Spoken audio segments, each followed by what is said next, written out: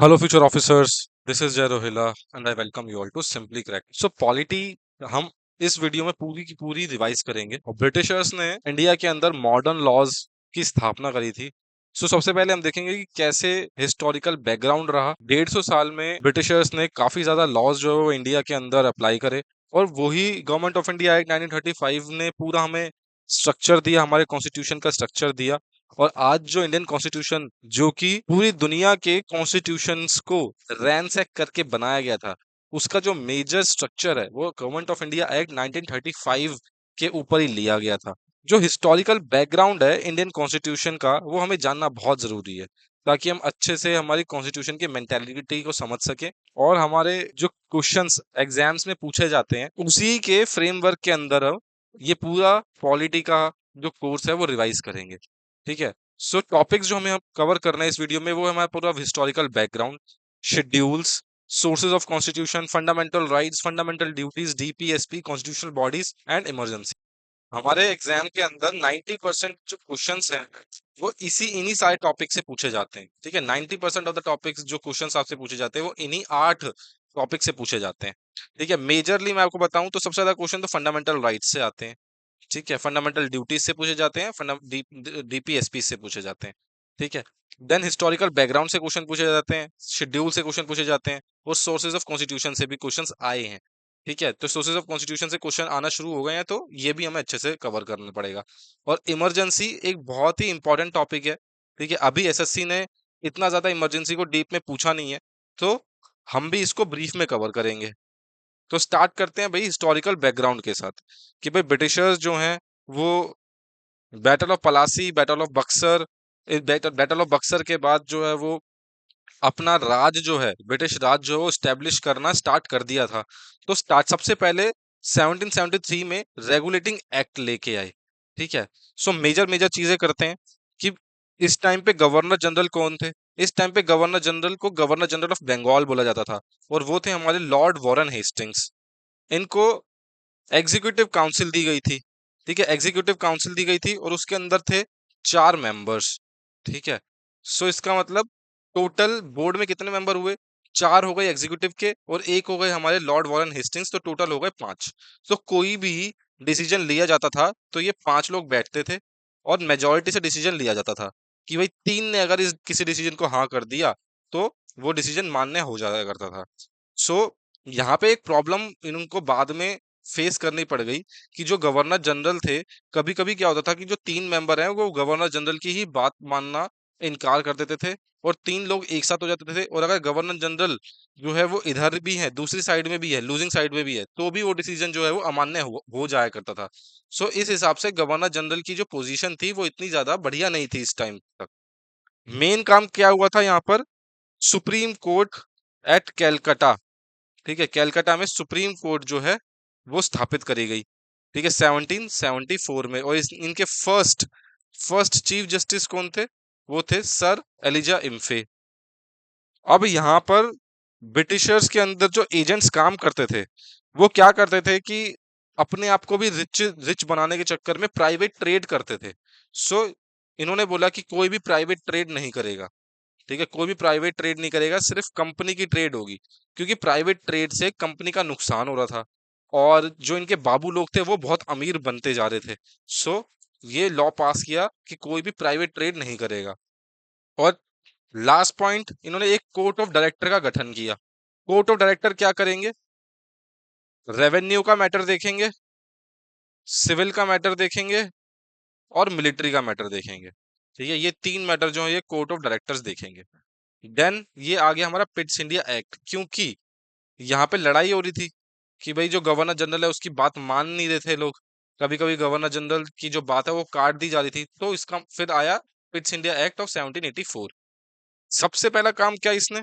सबसे पहला काम किया कि भाई कमर्शियल फंक्शंस और पॉलिटिकल फंक्शंस को अलग अलग कर दिया।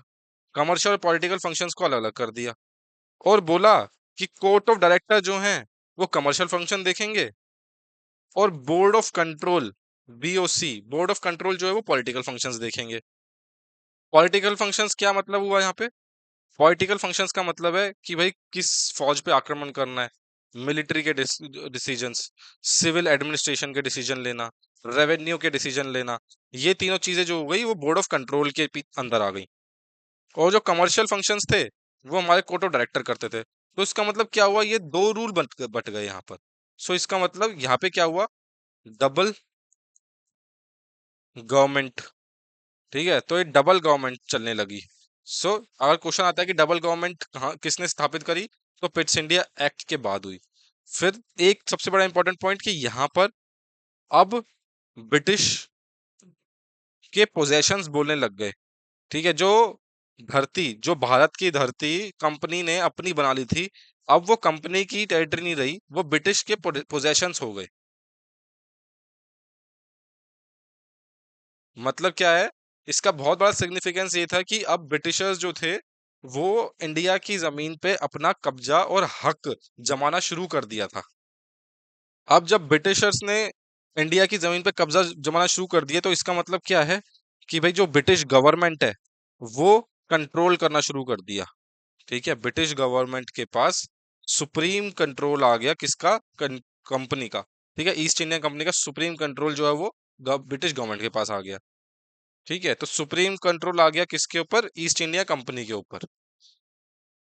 सो ये तीन चार चीजें यहाँ पे इंपॉर्टेंट थी। नेक्स्ट आ गया हमारा चार्टर एक्ट ऑफ 1813।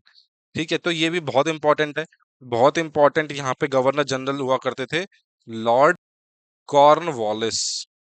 ठीक है, ये बहुत बढ़िया मिलिट्री मिलिट्री स्ट्रेटेजिस्ट थे। ठीक है, बहुत ही बढ़िया जनरल रहे थे। ठीक है, बहुत बढ़िया जनरल रहे थे। और ब्रिटिशर्स को बहुत ज्यादा इन्होंने नेपोलियन के अगेंस्ट भी जीत दिलाई। ठीक है, और बहुत सारी लड़ाइयों में इन्होंने ब्रिटिशर्स को जीत दिलाई। सो इंडिया के अंदर ये गवर्नर जनरल के रूप में आए। ठीक है, गवर्नर जनरल के रूप में आए, और इनको पावर दी गई, एक स्पेशल पावर दी गई जो इनके बाद सारे गवर्नर जनरल्स को दी गई। इनको ये पावर थी कि ये काउंसिल के डिसीजंस को ओवरराइड कर सकते हैं। ठीक है, सो काउंसिल्स के डिसीजन को ये कभी भी ओवरराइड कर सकते हैं, तो बात, और इनके बाद ये स्पेशल पावर जो है वो सबको दी गई। ठीक है, इन की काउंसिल को के डिसीजन को अगर गवर्नर जनरल चाहे तो ओवरराइड कर सकता है, जैसा वो चाहे वैसे ही वो सरकार चला सकता है अपनी। अब उस टाइम पे तीन बड़ी प्रेसिडेंसी हुआ करती थी।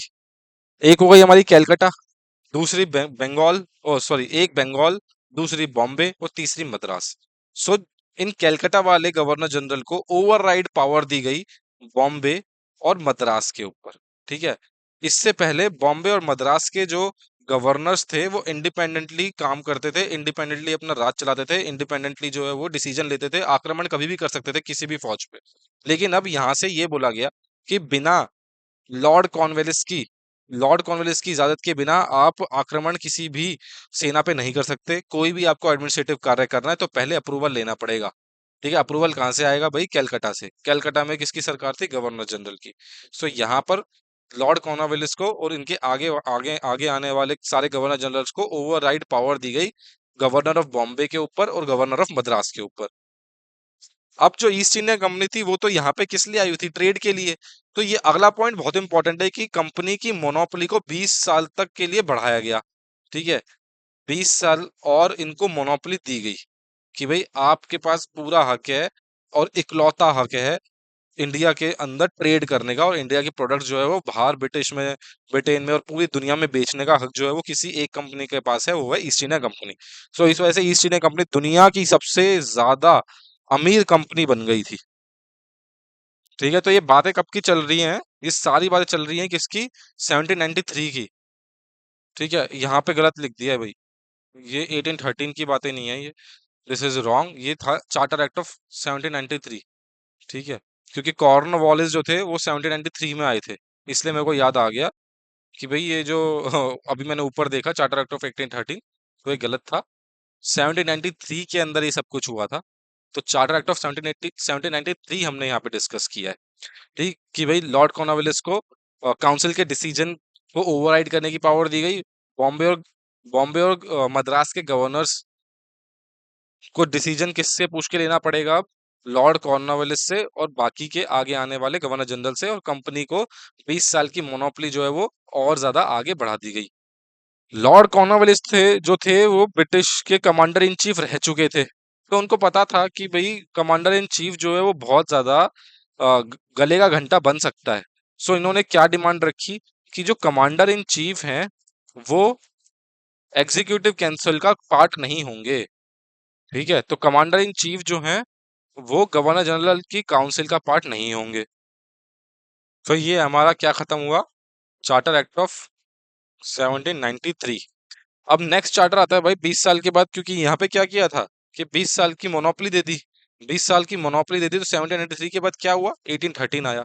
1813 वाला चार्टर एक्ट आया। अब 20 साल की मोनोपोली दी गई थी तो इन्होंने क्या किया, सबसे पहले मोनोपोली खत्म कर दी भाई। तो ईस्ट इंडिया कंपनी की मोनोपोली खत्म कर दी। लेकिन ईस्ट इंडिया कंपनी फिर भी बहुत चालाक निकली। उसने भाई एक डिमांड रखी कि आप हमारी मोनोपोली तो खत्म कर रहे हो, लेकिन हमें दो चीज की मोनोपोली चाहिए। Monopoly over trade in T and trade with China. So monopoly over trade in T and trade with China remained. अब यहाँ पर जो ये थे हमारे नेपोलियन, नेपोलियन का खतरा जो है वो खत्म होने वाला था। ठीक है, नेपोलियन जो थे वो उनकी डाउनफॉल आने आनी शुरू हो गई थी। सो यहाँ पर ब्रिटिश क्राउन की सोवेरेंटी को स्टैब्लिश किया गया। ठीक है, कि भाई ब्रिटिश क्राउन जो है वो सर्वोपरि है। ब्रिटिश क्राउन की सोवेरेंटी को स्टैब्लिश किया गया। और एक जो बहुत ही इम्पोर्टेंट डेवलपमेंट जो यहाँ पे हुई, जो कि अब तक ब्रिटिशर्स ने किया ही नहीं था। बाकी के ब्रिटिशर्स, आप एक बात समझो, यहाँ पर ब्रिटिशर्स के अलावा भी बहुत सारे यूरोपियंस आए थे, लेकिन ब्रिटिशर्स ही सक्सेसफुल क्यों हुए थे, क्योंकि उस टाइम पे ब्रिटिशर्स का सिर्फ सोल मोटिव ये था कि हम ट्रेड करेंगे और अपना जो यहाँ पे बेस है वो स्टेब्लिश करेंगे। लेकिन अब 1813 के अंदर उन्होंने एक यू टर्न लिया और उन्होंने बोला कि हम क्रिश्चियन मिशनरीज को इंडिया में ऑपरेट करने के लिए परमिशन देंगे। सो क्रिश्चियन मिशनरीज को अलाउ किया गया कि इंडिया में क्रिश्चियनिटी फैलाने का। लोकल गवर्नमेंट्स को पावर दी गई कि वो टैक्सेस जमा कर सकते हैं। Local governments were given power to collect local taxes. और अगर लोग जो हैं वो टैक्स देने से मना कर दें तो लोकल गवर्नमेंट के पास पावर थी लोगों को पनिश करने की। ठीक है, अब 20 साल के बाद, क्योंकि यहाँ पर क्या हुआ, ब्रिटिशर्स ने जो ट्रेड इन टी और ट्रेड इन चाइना दिया था, ये कितने साल के लिए दिया था, ये 20 साल के लिए और दिया था। ठीक है, 20 साल के लिए इनको ये वाली चीज दी, है ना। क्योंकि यहाँ पर क्या था, 1793 में क्या किया था, मोनोपोली, पूरी मोनोपोली 20 साल के लिए दी। फिर मोनोपोली खत्म करी तो ट्रेड इन टी और ट्रेड विद चाइना की मोनोपोली 20 साल के लिए दी। सो अब 20 साल के बाद क्या आएगा, 1833, और यहाँ पे सारी की सारी मोनोपोली जो है वो खत्म कर देगी ब्रिटिश गवर्नमेंट। तो ईस्ट इंडिया कंपनी की सारी मोनोपोली खत्म कर दी गई।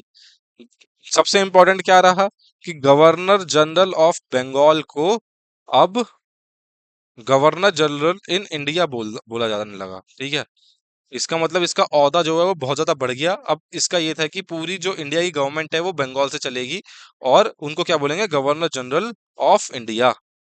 अब गवर्नर जनरल ऑफ इंडिया हैं ये, तो इसका मतलब क्या है, जो मद्रास में जो बैठे गवर्नर हैं और जो बॉम्बे में बैठे गवर्नर हैं, इनके पास अब कोई भी लेजिस्लेटिव पावर नहीं बची।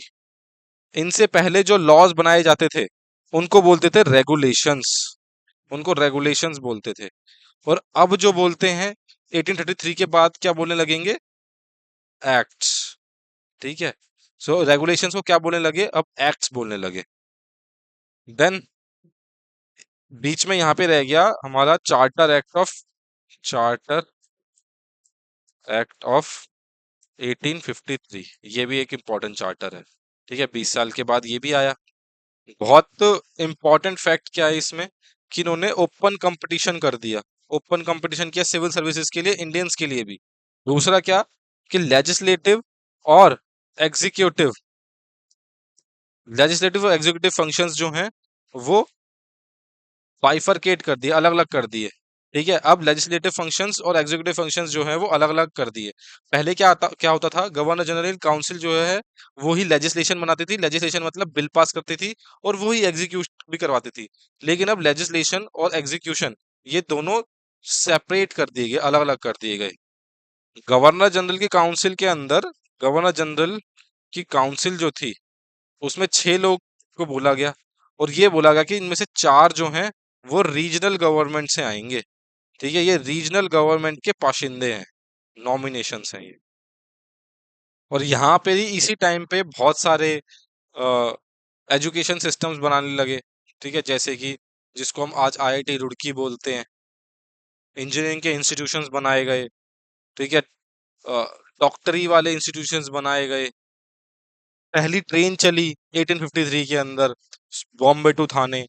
पहला टेलीग्राफ चला, ठीक है, पहला टेलीग्राफ, पहला ट्रेन चली। सो इस टाइम पे बहुत ज्यादा एडवांसमेंट चल रही थी इंडिया की, ठीक है, एडवांसमेंट चल रही थी इंडिया की, लेकिन सिर्फ और सिर्फ ब्रिटिश इंटरेस्ट को सिक्योर करने में। ब्रिटिश का कोई इंटरेस्ट नहीं था इंडिया को डेवलप करने में या भारत को डेवलप करने के अंदर। ब्रिटिशर्स का कोई भी इंटरेस्ट नहीं था। ट्रेन्स जो थी सिर्फ वहां से वहां चलती थी, जहां पर इनके गोडाउन्स थे, जहां पे इनको ट्रेड की फैसिलिटीज चाहिए थी। तो ट्रेन जो थी वो पैसेंजर वाली ट्रेन हुआ नहीं करती थी, सिर्फ माल गाड़ियां हुआ करती थी, जिसके अंदर इनके जो माल तो जो थे वो लेके जाते थे, ठीक है। पैसेंजर गाड़ी भी हुआ करती थी, ठीक है, वो भी इन्हीं लोगों के इंटरेस्ट के लिए होती थी। तो इंडियंस के लिए कुछ नहीं कर रहे थे, ये कर सिर्फ अपने ले रहे थे, ठीक है। देन आया हमारा क्राउन रूल ऑफ 1858। अब 1857 के अंदर क्या हुआ था? फर्स्ट वॉर ऑफ इंडिपेंडेंस लड़ी गई 1857 में, क्रांति हुई। उसके बाद इनको पता चल गया कि भाई इंडियंस से लड़ाई करके आप नहीं रह सकते हो। सो इन्होंने बोला कि अब हम कोई लड़ाई नहीं करेंगे इंडियंस के साथ, ठीक है। यहाँ पे सबसे पहले ये बोला गया कि अब इंडियंस के साथ कोई लड़ाई नहीं होगी, हम कॉपरेट करके अपना राज चलाएंगे। गवर्नर जनरल ऑफ इंडिया को, ठीक है, गवर्नर जनरल ऑफ इंडिया की प्रतिष्ठा को बढ़ा दिया गया और उसको वाइस रॉय बोला गया, ठीक है। गवर्नर जनरल को अब क्या बोलने लगे? वाइस रॉय बोलने लगे। पावर्स वही थी, लेकिन अब इनकी जो टाइटल है वो चेंज हो गया था, मतलब इनका जो रुतबा था वो बढ़ गया था, लेकिन पावर्स वही थी। जो डबल गवर्नमेंट थी, डबल गवर्नमेंट किसने स्टार्ट करी थी? कौन से एक्ट ने स्टार्ट करी थी? Pitt's India act of 1784। तो डबल गवर्नमेंट को एंड कर दिया गया, ठीक है, डबल गवर्नमेंट को खत्म कर दिया गया, जो कि पिट्स इंडिया एक्ट ऑफ 1784 ने स्टार्ट किया था। Secretary of state for India, इनका एक नया ऑफिस खोला गया ब्रिटेन के अंदर ही, ठीक है, ब्रिटेन के अंदर ही। और इनके पास काउंसिल हुआ करती थी 15 मेंबर की, ठीक है, 15 मेंबर की काउंसिल हुआ करती थी, जो कि ब्रिटिशर्स ही हुआ करते थे। सो आप देख रहे हो कि आयरनी क्या है, secretary of state for India बोला गया, लेकिन इनमें से कोई भी इंडिया का मेंबर नहीं था, ये सारे ब्रिटिशर्स के लॉर्ड्स, नाइट्स, सर्स यही हुआ करते थे, जो कि इंडिया का फेट को डिसाइड करते थे लंदन के अंदर, वेस्टमिनिस्टर के अंदर। फिर अगला मेन जो एक्ट आया वो है हमारा मॉर्ले मिंटो रिफॉर्म्स 1909। अब 1907 के अंदर हो गया था भाई सूरत स्प्लिट। कांग्रेस जो है वो मॉडरेट्स और एक्सट्रीमिस्ट में बट गई थी, ठीक है। तो मॉर्ले मिंटो जो थे वो सेक्रेटरी ऑफ स्टेट और वाइस रॉय थे उस टाइम पे इंडिया के। तो इसलिए सबसे पहले आपको याद रखना है कि council of Indian councils act of 1909 को बोलते हैं मॉर्ले मिंटो रिफॉर्म्स। सबसे मेजर चीज मैं आपको सबसे पहला पॉइंट बताऊंगा कि यहाँ पे क्या घटिया चीज स्टार्ट करी जिससे ये इंडिया पाकिस्तान बन गया, सेपरेट इलेक्टोरेट्स, ठीक है। इन्होंने बोला गया कि हिंदू जो है वो हिंदुओं के लिए वोट करेंगे और मुस्लिम जो है मुस्लिम के लिए वो वोट करेंगे, ठीक है। तो इन्होंने सेपरेट इलेक्टोरेट्स बना दिए कि हिंदू हिंदू के लिए वोट करेंगे, मुस्लिम मुस्लिम के लिए वोट करेंगे, ठीक है। तो ऐसे ही इन्होंने हिंदूज और मुस्लिम्स के अंदर घृणा पैदा करनी स्टार्ट कर दी। डिवाइड एंड रूल, ये सबसे बड़ा एपिटोम था इनकी पॉलिसी का कि भाई फूट डालो और राज करो। तो ये बहुत ही बढ़िया टेक्निक थी। पहली बार इंडियंस को एग्जीक्यूटिव काउंसिल में आने की एंट्री मिल गई, ठीक है। फर्स्ट टाइम इंडियंस को एग्जीक्यूटिव काउंसिल में आ गए, एग्जीक्यूटिव काउंसिल, ठीक है। अभी तक सिर्फ लेजिस्लेटिव काउंसिल के अंदर थे, अब एग्जीक्यूटिव काउंसिल में भी इनको जगह देनी शुरू कर दी गई। पहले इंडियन कौन थे जो एग्जीक्यूटिव काउंसिल में जिनको जगह मिली थी? वो थे हमारे सत्येंद्र नाथ, सत्येंद्र प्रसाद सिन्हा, ठीक है, सत्तू, ठीक है। शादी में जरूर आना तो आपने देखी होगी, जिसमें वो आईएएस बनते हैं, राजकुमार राव। तो सत्येंद्र प्रसाद सिन्हा थे इंडिया के पहले पहले इंडियन जो कि एग्जीक्यूटिव काउंसिल का पार्ट बने, कभी क्वेश्चन पूछ सकते हैं कि भाई पार्ट तो ये बन गए, लेकिन कौन सी मिनिस्ट्री का पार्ट थे? ये थे लॉ मिनिस्ट्री के पार्ट। ठीक है, सो ये किसके पार्ट थे? लॉ मिनिस्ट्री के पार्ट थे भाई। या उस टाइम पे मिनिस्ट्री नहीं हुआ करती थी, मेंबर्स हुआ करते थे। सो ये क्या थे? लॉ मेंबर थे। प्रेसिडेंसी, कॉर्पोरेशंस, यूनिवर्सिटीज, जमींदार्स, इन सबको रिप्रेजेंटेशन मिलना शुरू हो गई लेजिस्लेटिव काउंसिल्स के अंदर। ठीक है, सो इन सबको रिप्रेजेंटेशन मिलना शुरू हो गई थी। ब्रिटिशर्स ये ट्राई कर रहे थे ये दिखाने का मॉडरेट्स को कि हम इंडियंस को अब अलाउ करेंगे अपने लिए लॉ बनाने के लिए। ठीक है, लॉ बनाने के लिए इंडियंस को अब हम आगे बढ़ के सपोर्ट करेंगे। ये वो मैसेज देना चाहते थे, लेकिन ये सब कुछ झूठ था। It was all sham.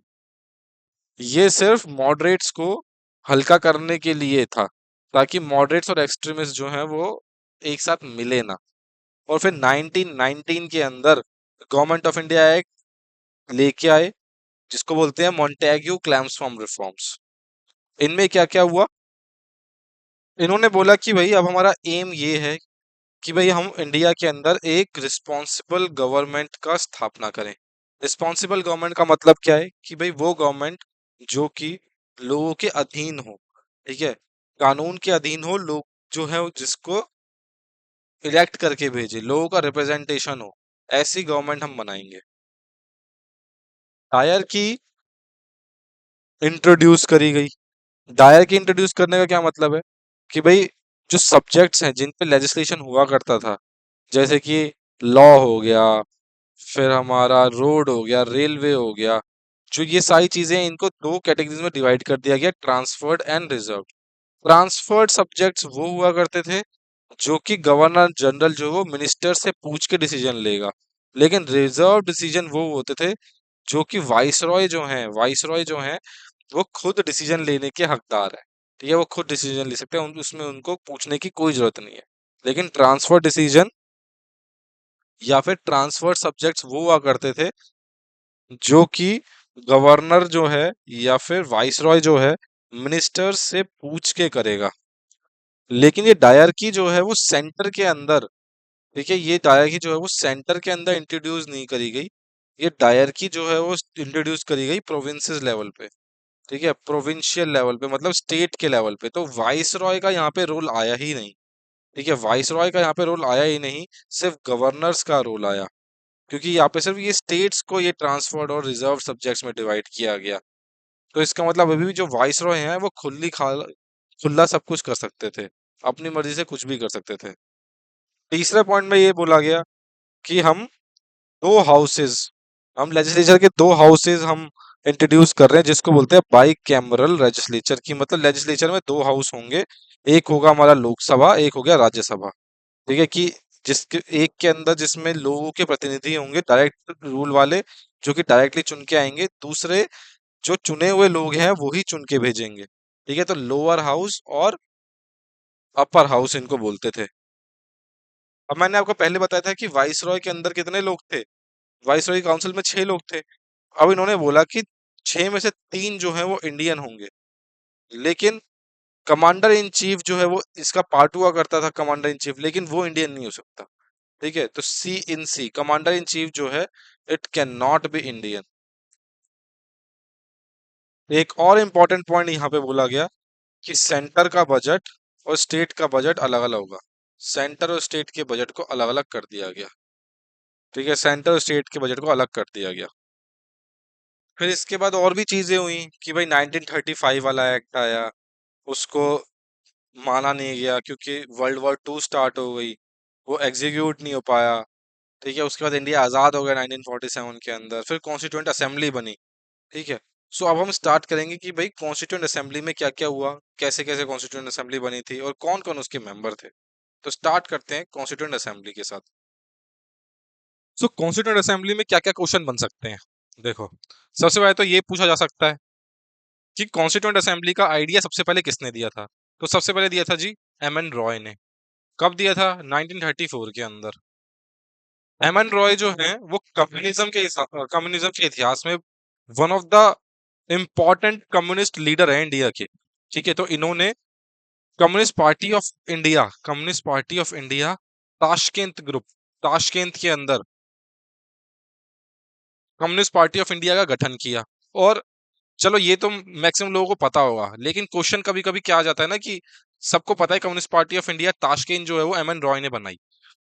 आपको क्या पता होगा अब इस वीडियो के बाद कि मैक्सिकन कम्युनिस्ट पार्टी की स्थापना भी एम एन रॉय ने करी थी। ठीक है, मैक्सिकन कम्युनिस्ट पार्टी की जो स्थापना है वो भी एम एन रॉय जी ने करी। कॉन्स्टिट्यूएंट असेंबली का मतलब क्या है? इसका मतलब ये है कि इंडियंस को हक होना चाहिए अपना कॉन्स्टिट्यूशन बनाने के लिए।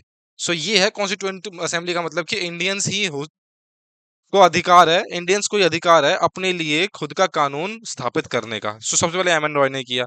देन ब्रिटिशर्स ने ऑगस्ट ऑफर, ऑगस्ट ऑफर कब आया था ये? 1940 में मान लिया था कि जो इंडियंस हैं वो कॉन्स्टिट्यूंट असेंबली का गठन करेंगे। देन 1942 के अंदर एक मिशन आया था जिसको बोलते थे क्रिप्स मिशन। सो क्रिप्स मिशन के अंदर ये फाइनली मान लिया गया कि भाई इंडियंस बनाएंगे constituent assembly. Then cabinet mission, finally जो ठप्पा लगा वो किसने लगाया? कैबिनेट मिशन प्लान ने। ठीक है, कैबिनेट मिशन ने बोला कि ठीक है कॉन्स्टिट्यूंट असेंबली की गठन होगा और जिसमें इंडियंस ही मेंबर्स रहेंगे। देन कॉन्स्टिट्यूंट असेंबली को गठन किया गया। 389 टोटल मेंबर्स थे भाई, कॉन्स्टिट्यूंट असेंबली के 389 टोटल मेंबर्स थे, जिसमें से 296 सीट्स जो थी वो ब्रिटिश इंडिया की थी और बची हुई 93 सीट्स वो प्रिंसली स्टेट्स की थी। ठीक है, और इन ब्रिटिश इंडिया की सीट्स में से 292 सीट्स जो थी वो 11 गवर्नर्स के प्रोविंसेस हुआ करते थे। पहले क्या थे? गवर्नर्स के प्रोविंसेस हुआ करते थे और चीफ कमिश्नर्स के प्रोविंसेस हुआ करते थे। जैसे कि आज की डेट में स्टेट्स किसके होते हैं? गवर्नर्स के, और यूटीज किसके होते हैं? लेफ्टिनेंट गवर्नर्स के। वैसे ही 1940s के टाइम पे या फिर ब्रिटिश इंडिया के टाइम पे जो प्रिंसिपैलिटीज थी, ठीक है, जो स्टेट्स थे वो कैसे डिवाइडेड थे? 11 गवर्नर्स के स्टेट्स थे और 4 जो थे वो चीफ कमिश्नर्स के थे। तो ऐसे 296 जो सीट्स थी उनको बांटा गया और 93 सीट्स जो थे वो थे जहां पे राजपूत या फिर जो राजा राज करते थे। 93 सीट्स जो हैं प्रिंसली स्टेट्स को दी गई। अब यहाँ पे कम्युनिटीज जो थी वो अपनी हमें कम्युनल वोट होते थे, मतलब अब कम्युनिटीज जो हैं वो अपनी कम्युनिटी को वोट देती थी। तो पहली मेजर कम्युनिटी की थी जो थी वो हो गए मुस्लिम्स। ठीक है, दूसरी कम्युनिटी थी भाई सिख्स की, और तीसरे थे जो बच गए जैसे कि हिंदूज हो गए, क्रिश्चियंस हो गए, मतलब all except Muslims and Sikhs. Muslims और सिख को छोड़ के तीसरी कैटेगरी वो आ गई। सो मुस्लिम मुस्लिम को वोट करेगा, सिख सिख को करेगा, बाकी सारे बाकी सारों को करेंगे। तो ऐसे वोटिंग हुई, सिंगल ट्रांसफरेबल वोट से वोटिंग हुई भाई। कभी पूछ सकता है कि भाई इलेक्शंस कब हुए थे? भाई इलेक्शंस हुए थे जुलाई अगस्त 1946 के अंदर। 1946 के अंदर चुनाव हुए और कांग्रेस ने 208 सीट्स जीती।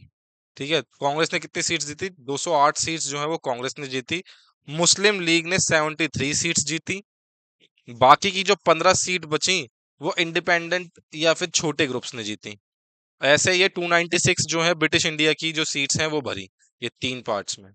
ठीक है, अब ये जो 93 प्रिंसली स्टेट्स जो थे, इन्होंने बोला कि भाई हम तो वोटिंग करवाएंगे नहीं, क्योंकि ऑब्वियसली राजाओं का यहाँ पे कोई हित था नहीं। वो तो ये समझते नहीं थे कि प्रजा को राइट टू वोट होना चाहिए। सो यहाँ पर ये 93 प्रिंसली स्टेट्स थी ये वैकेंट रही, क्योंकि इन्होंने वोटिंग के अंदर भाग लिया ही नहीं। देन कॉन्स्टिट्यूएंट असेंबली ने काम करना कब शुरू किया? 9 दिसंबर 1946 को कॉन्स्टिट्यूएंट असेंबली पहली बार बैठी। मुस्लिम लीग ने बोला कि भाई हम तो इस सेशन को बॉयकॉट करेंगे क्योंकि हमको क्या चाहिए? पाकिस्तान। तो मुस्लिम लीग बॉयकॉट किया। अब यहाँ पर प्रेसिडेंट का नाम पूछ सकते हैं कि भाई जो पहला सेशन हुआ वर्किंग कॉन्स्टिट्यूंट असेंबली का, उसमें प्रेसिडेंट कौन थे? तो टेम्परेरी प्रेसिडेंट थे डॉक्टर सच्चिदानंद सिन्हा। और बाद में लेटर इलेक्ट कौन हुए? हमारे first president of India doctor Rajendra Prasad. दो वाइस प्रेसिडेंट चुने गए, ठीक है। वाइस प्रेसिडेंट हमारे दो चुने गए, vice president of constituent assembly, ठीक है। Vice president of constituent assembly दो चुने गए, और दूसरे थे वीटी कृष्णमाचारी। 90 वो फिर क्या हुआ, 13 दिसंबर 1946 को ऑब्जेक्टिव्स रेजोल्यूशन पास किया गया। ऑब्जेक्टिव्स रेजोल्यूशन, और यही ऑब्जेक्टिव रेजोल्यूशन जो है बाद में प्रियम्बल बना कॉन्स्टिट्यूशन का, ठीक है। ये ये वो कॉन्स्टिट्यूशन का ऑब्जेक्टिव्स बताता है कि हमारा जो कॉन्स्टिट्यूशन है वो क्या अचीव करना चाहता है। तो प्रियम्बल क्या है? एक ऑब्जेक्टिव देता है हमारे कॉन्स्टिट्यूशन को। कॉन्स्टिट्यूशन का क्या ऑब्जेक्टिव है हमें प्रियम्बल बताता है। देन बहुत सारी कमिटीज बनाई गई, जैसे कि ये मेजर कमिटीज थी 8, ये 8 मेजर कमिटीज बनाई गई। इसके हेड के नाम याद करने हैं कि union powers committee Shri Jawaharlal Nehru के नेतृत्व में बनाई गई। Union constitution committee Shri Jawaharlal Nehru फिर से। Then provincial constitution committee Shri Sardar Patel. Then drafting committee doctor B R Ambedkar. ऐसे ही ये steering committee, states committee, rules of procedure committee, advisory committee, ये सारे इन ग्रेट लीडर्स की अध्यक्षता में ये सारी सारी कमिटीज बनाई गई। तो ये कमिटीज जो हैं वो आ जाती हैं, पूछ लेते हैं डायरेक्ट। और इसमें एक स्पेशल कमेटी कौन सी है? ये ड्राफ्टिंग कमेटी, ठीक है। तो इस ड्राफ्टिंग कमेटी के भी आपको मेंबर्स याद होने चाहिए। इसमें 7 मेंबर्स थे। सबसे पहले तो क्या, ड्राफ्टिंग कमेटी के 7 मेंबर्स हैं। इनको याद करने का क्या तरीका है? 3 AM and K, ठीक है। 3 AM and K, 3 AM का क्या मतलब है? तीन जो है वो नाम जो है वो ए से स्टार्ट होते हैं, अंबेडकर, अय्यर और अयंगर, ठीक है। अंबेडकर, अय्यर, अयंगर, और एम से मुंशी मोहम्मद माधव, और के से कृष्णामाचारी। माधव को रिप्लेस किया मिट्टर ने, सॉरी, मिट्टर को रिप्लेस किया माधव ने, और खेतान को रिप्लेस किया कृष्णामाचारी ने। तो मिट्टर एम को एम ने रिप्लेस किया और के को के ने रिप्लेस किया, क्योंकि आ सकता है कभी भी कि भाई माधव जो थे वो ड्राफ्टिंग कमेटी के मेंबर थे, उन्होंने किसको रिप्लेस किया था? तो बीएल मिट्टर। और कृष्णमाचारी ने किसको रिप्लेस किया? डीएफ डीपी खेतान को। अब कभी कभी ये पूछ लेते हैं कि भाई हमारा कॉन्स्टिट्यूशन कब इनेक्ट हुआ। सो इनेक्ट कब हुआ था भाई?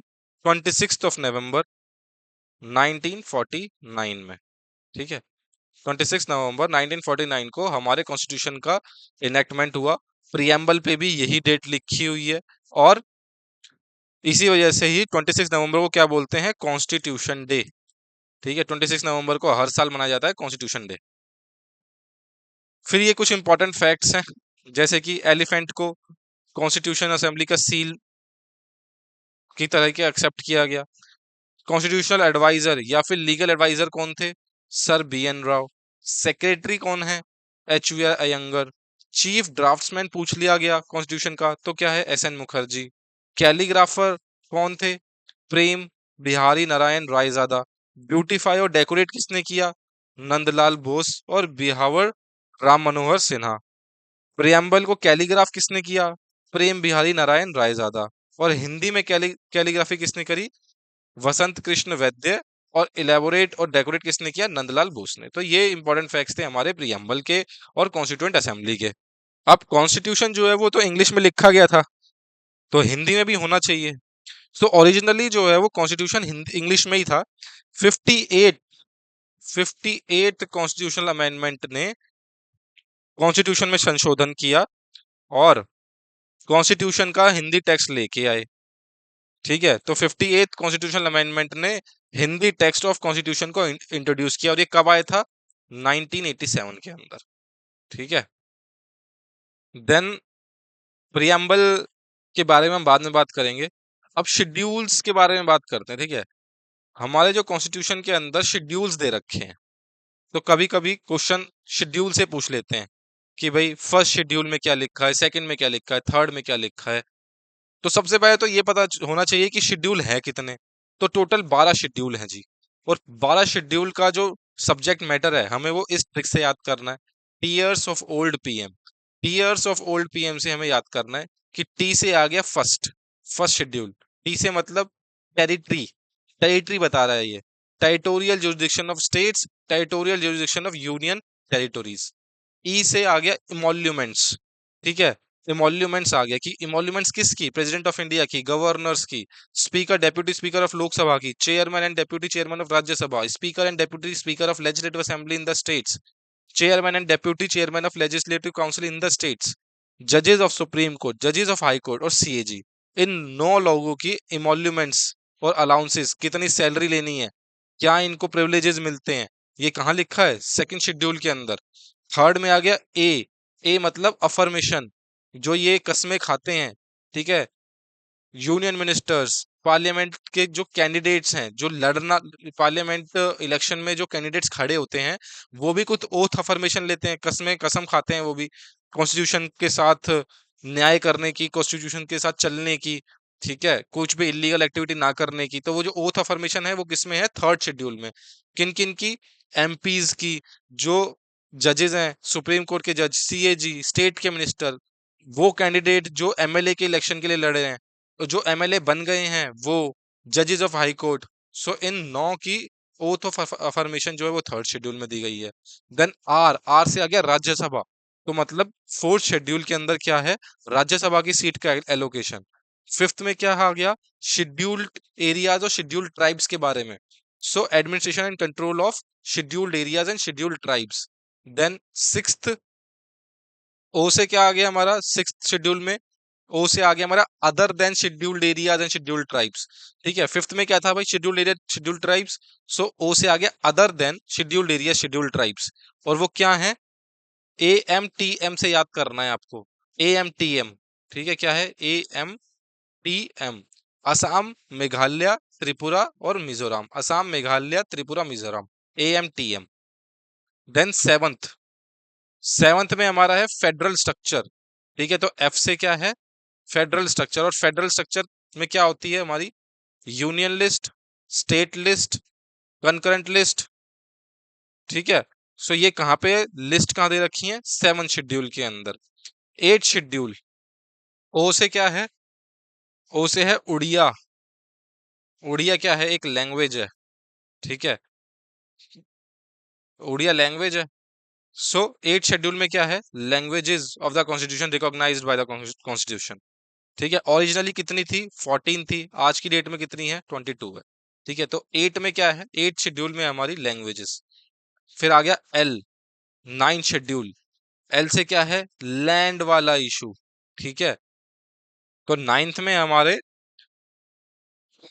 Legislatures dealing with land reforms, ठीक है, लैंड रिफॉर्म्स के जो भी संशोधन किए गए वो नाइन शेड्यूल में रखे गए।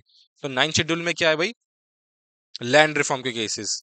देन आ गया डी, टेंथ, डिस्क्वालिफिकेशन, डी से क्या है, disqualification of members of parliament and legislature on the ground of defection. So क्या है, डी से डिफेक्शन, तो एंटी डिफेक्शन वाला, मतलब ये क्या है, टेंथ शेड्यूल क्या है, एंटी डिफेक्शन वाला।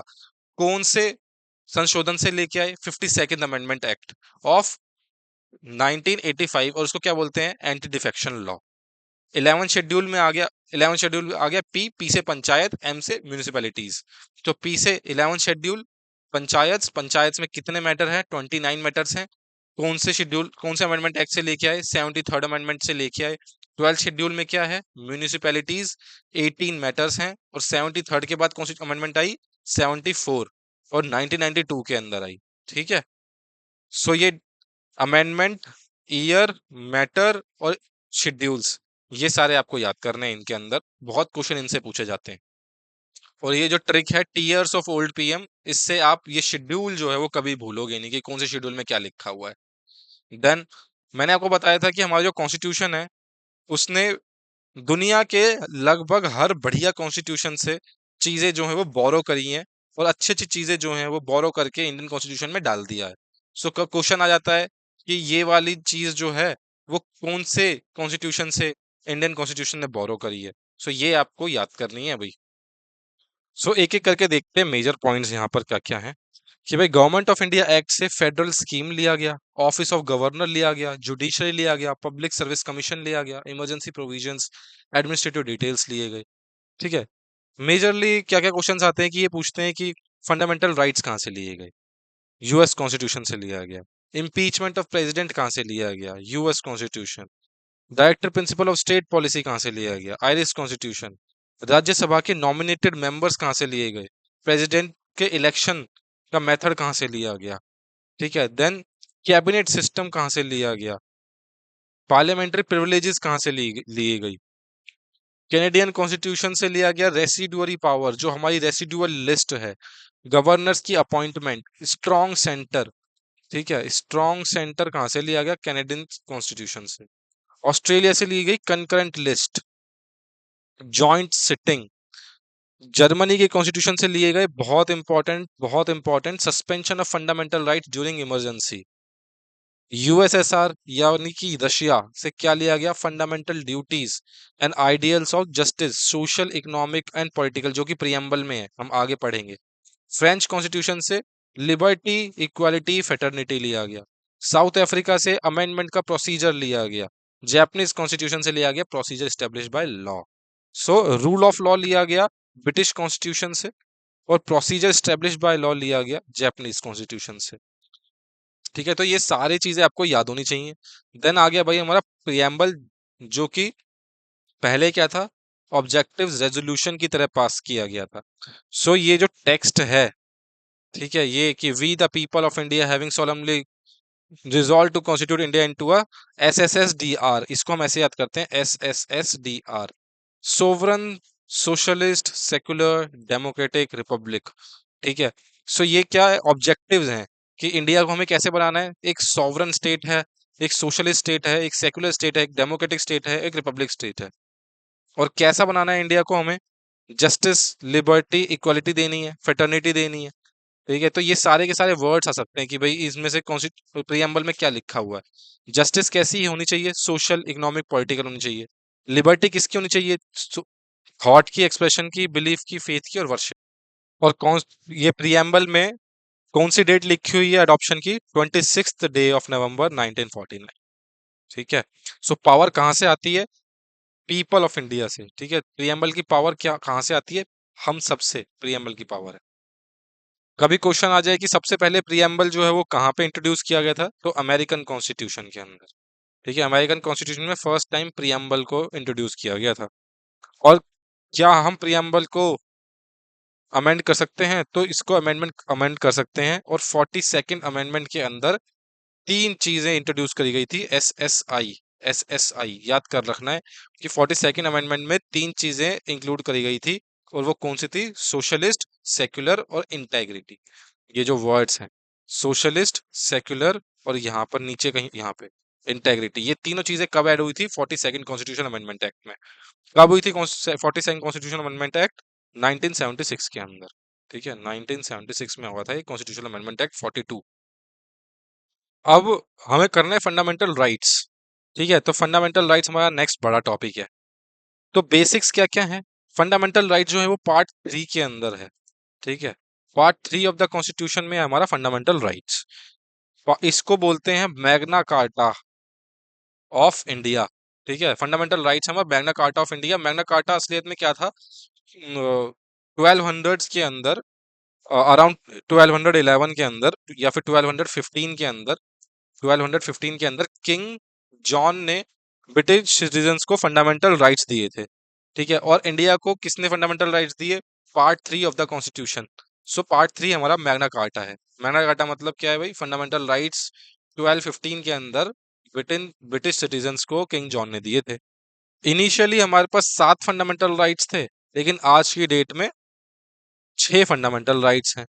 कौन सा वाला नहीं है? Right to property. ठीक है, आज की डेट में राइट टू प्रॉपर्टी नहीं है। राइट टू प्रॉपर्टी था हमारा आर्टिकल 31 के अंदर, इसको अबॉलिश कर दिया गया क्योंकि 9th शेड्यूल लेके आ गए। ठीक है, लैंड रिफॉर्म्स हुए, 9th शेड्यूल लेके आए और राइट टू प्रॉपर्टी हटा दिया गया। और ये कब हटाया था? ठीक है, कभी कभी ये क्वेश्चन पूछ लेते हैं कि ये कब हटाया था भाई? ये हटाया था 44th अमेंडमेंट एक्ट में। ठीक है, 44th अमेंडमेंट एक्ट में, जो कब हुआ था? 1978 के अंदर। और फिर क्या हुआ? राइट टू प्रॉपर्टी को एक कॉन्स्टिट्यूशनल राइट बना दिया गया। ठीक है, कॉन्स्टिट्यूशनल राइट और फंडामेंटल राइट्स में डिफरेंस होता है। कॉन्स्टिट्यूशनल राइट्स वो होते हैं जो कि कॉन्स्टिट्यूशन के अंदर प्रेजेंट हैं, लेकिन पार्ट 3 में प्रेजेंट नहीं है। ठीक है, सिर्फ पार्ट 3 वाले राइट्स ही फंडामेंटल राइट्स हैं। कॉन्स्टिट्यूशनल राइट्स वो हैं जो कि आपको, जैसे कि आपको वोट का अधिकार है, वोट का अधिकार आपका कॉन्स्टिट्यूशनल अधिकार है, आपका लीगल अधिकार है, लेकिन वो फंडामेंटल राइट नहीं है। ऐसे ही राइट टू प्रॉपर्टी जो है वो आर्टिकल 300 ए के अंदर दिया गया है, आर्टिकल 300 ए में दिया हुआ है। तो वो आपका राइट टू प्रॉपर्टी जो है वो अब एक कॉन्स्टिट्यूशनल राइट है, फंडामेंटल राइट्स नहीं है। कॉन्स्टिट्यूशनल राइट के अंदर क्या बात और डिफरेंस क्या होती है फंडामेंटल राइट्स में, कि फंडामेंटल राइट्स का अगर आपको कोई भी हानि पहुंचाने की कोशिश करता है, आपके फंडामेंटल राइट्स को रोकने की कोशिश करता है, तो आप डायरेक्टली सुप्रीम कोर्ट में अर्जी दे सकते हो। लेकिन कॉन्स्टिट्यूशनल राइट्स में ऐसा नहीं है, आपको लोअर कोर्ट्स में जाना पड़ेगा। सो ये होता है डिफरेंस। तो फंडामेंटल राइट्स जो हैं, they are guaranteed by the constitution and protected by the supreme court of India. तो आपके फंडामेंटल राइट्स जो है वो सुप्रीम कोर्ट प्रोटेक्ट करती है। सो आपको ये 6 राइट और इनके आर्टिकल्स बहुत अच्छे से पानी की तरह, तोते की तरह रटे होने चाहिए, क्योंकि बहुत सारे क्वेश्चंस आते हैं फंडामेंटल राइट्स पे। सारे आपको आर्टिकल याद करने हैं, आर्टिकल 14 से 32 तक, कि क्या क्या मोटा मोटा सब्जेक्ट मैटर है। राइट टू इक्वालिटी, आर्टिकल 14 से 18 में। राइट टू फ्रीडम, 19 से 22। राइट अगेंस्ट एक्सप्लॉइटेशन, आर्टिकल 23 से 24। Right to freedom of religion, 25 से 28। कल्चरल एंड एजुकेशनल राइट्स, 29 से 30। और right to constitutional remedies, 32। Right to constitutional remedies का क्या मतलब है, कि अगर आपका कोई भी फंडामेंटल राइट्स को आहत होता है तो आप डायरेक्टली सुप्रीम कोर्ट में जा सकते हैं। तो डायरेक्टली सुप्रीम कोर्ट में जाना ही आपका एक फंडामेंटल राइट है, आर्टिकल 32 के अंदर। सो डिटेल में स्टार्ट करते हैं राइट टू क्वालिटी, आर्टिकल 14 से 18 तक। तो आर्टिकल 14 क्या है, equality before law and equal protection of laws. कि इक्वालिटी बिफोर लॉ किसका कंसेप्ट है, ये ब्रिटेन का कंसेप्ट है। ठीक है, ये ब्रिटिश कंसेप्ट है। और इक्वल प्रोटेक्शन ऑफ लॉ ये एक अमेरिकन कंसेप्ट है। ठीक है, देन आर्टिकल 15 में क्या है, कि रेस, रिलीजन, कास्ट, सेक्स और प्लेस ऑफ बर्थ, इसके ऊपर डिस्क्रिमिनेशन नहीं हो सकता। ऐसा नहीं है कि गांव के अंदर वेल में, गांव के कुएं में आप शेड्यूल्ड कास्ट और शेड्यूल्ड ट्राइब्स को नहीं जाने दे रहे हो। अगर आप नहीं जाने देंगे तो ये क्या है, प्रोहिब ये आर्टिकल 15 के तहत गुनाह है। ठीक है, it is not permissible. Then article 16, article 16 में क्या, equality of opportunity in matters of public employment. मतलब क्या है, आईएएस, आईपीएस, एसएससी में इंस्पेक्टर, कस्टम ऑफिशियल्स, इन सारी जो पब्लिक एम्प्लॉयमेंट है, इनमें सबको इक्वल अधिकार है। ठीक है, आप किसी भी जात, religion, race, sex, place of birth पे डिस्क्रिमिनेट नहीं कर सकते। हाँ, रिजर्वेशन दे सकते हैं, वो है इक्वालिटी ऑफ अपॉर्चुनिटी में ही आता है रिजर्वेशन देना भी, क्योंकि उनको अपॉर्चुनिटी नहीं मिलती है, तो अपॉर्चुनिटी को इक्वल करने के लिए रिजर्वेशन का कंसेप्ट आता है। देन अनटचेबिलिटी बहुत बार बहुत इंपॉर्टेंट है, 3 स्टार लगा सकते हैं यहाँ पर आपको, क्योंकि ये बार बार पूछा जाता है। आर्टिकल 17 में लिखा है अबॉलिशन ऑफ अनटचेबिलिटी, कि आप अनटचेबिलिटी प्रैक्टिस नहीं कर सकते हैं। Then abolition of titles except military and academic. ये पहले इंडिया के अंदर राजा, महाराजा, राय बहादुर, राज बहादुर नाम से पहले लगाते थे। सो ये आप नहीं लगा सकते हैं। लेकिन परमवीर चक्र जो होते हैं, कीर्ति चक्र, परमवीर चक्र, महावीर चक्र, ये सब लगा सकते हैं। एकेडमिक लगा सकते हैं, जैसे डॉक्टर हो गया, इंजीनियर हो गया, या फिर डीलिट हो गया। ठीक है, ये सारे के सारे जो एकेडमिक वाले हैं, ये आप लगा सकते हो अपने नाम के आगे पीछे।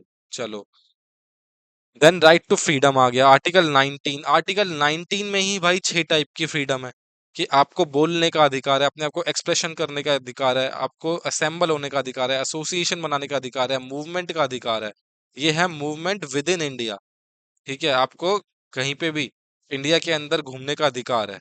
लेकिन इसमें भी बहुत ज्यादा कंडीशंस कभी कभी आ जाते हैं, क्योंकि ट्राइबल एरियाज के अंदर रिस्ट्रिक्ट कर दिया जाता है, क्योंकि ट्राइबल्स जो हैं वो अलूफ रहना चाहते हैं, अलग रहना चाहते हैं। उनके कल्चर को प्रोटेक्ट करने के लिए मूवमेंट रिस्ट्रिक्ट करी जा सकती है। देन कहीं पे भी रेजिडेंस लेने का अधिकार है, कोई भी प्रोफेशन करने का अधिकार है। Then article 20, protection in respect of conviction of offences, कि आपके पास अधिकार है। इसमें आपको क्या क्या अधिकार है भाई, इसमें ये अधिकार है कि आपको कोई भी कन्विक्ट नहीं कर सकता उस गुनाह के लिए जो कि पहले गुनाह नहीं था। ठीक है। आप जैसे कि एग्जांपल लो, आप एग्जांपल लो, क्रिप्टो करेंसी के अंदर ट्रेड हो रही थी।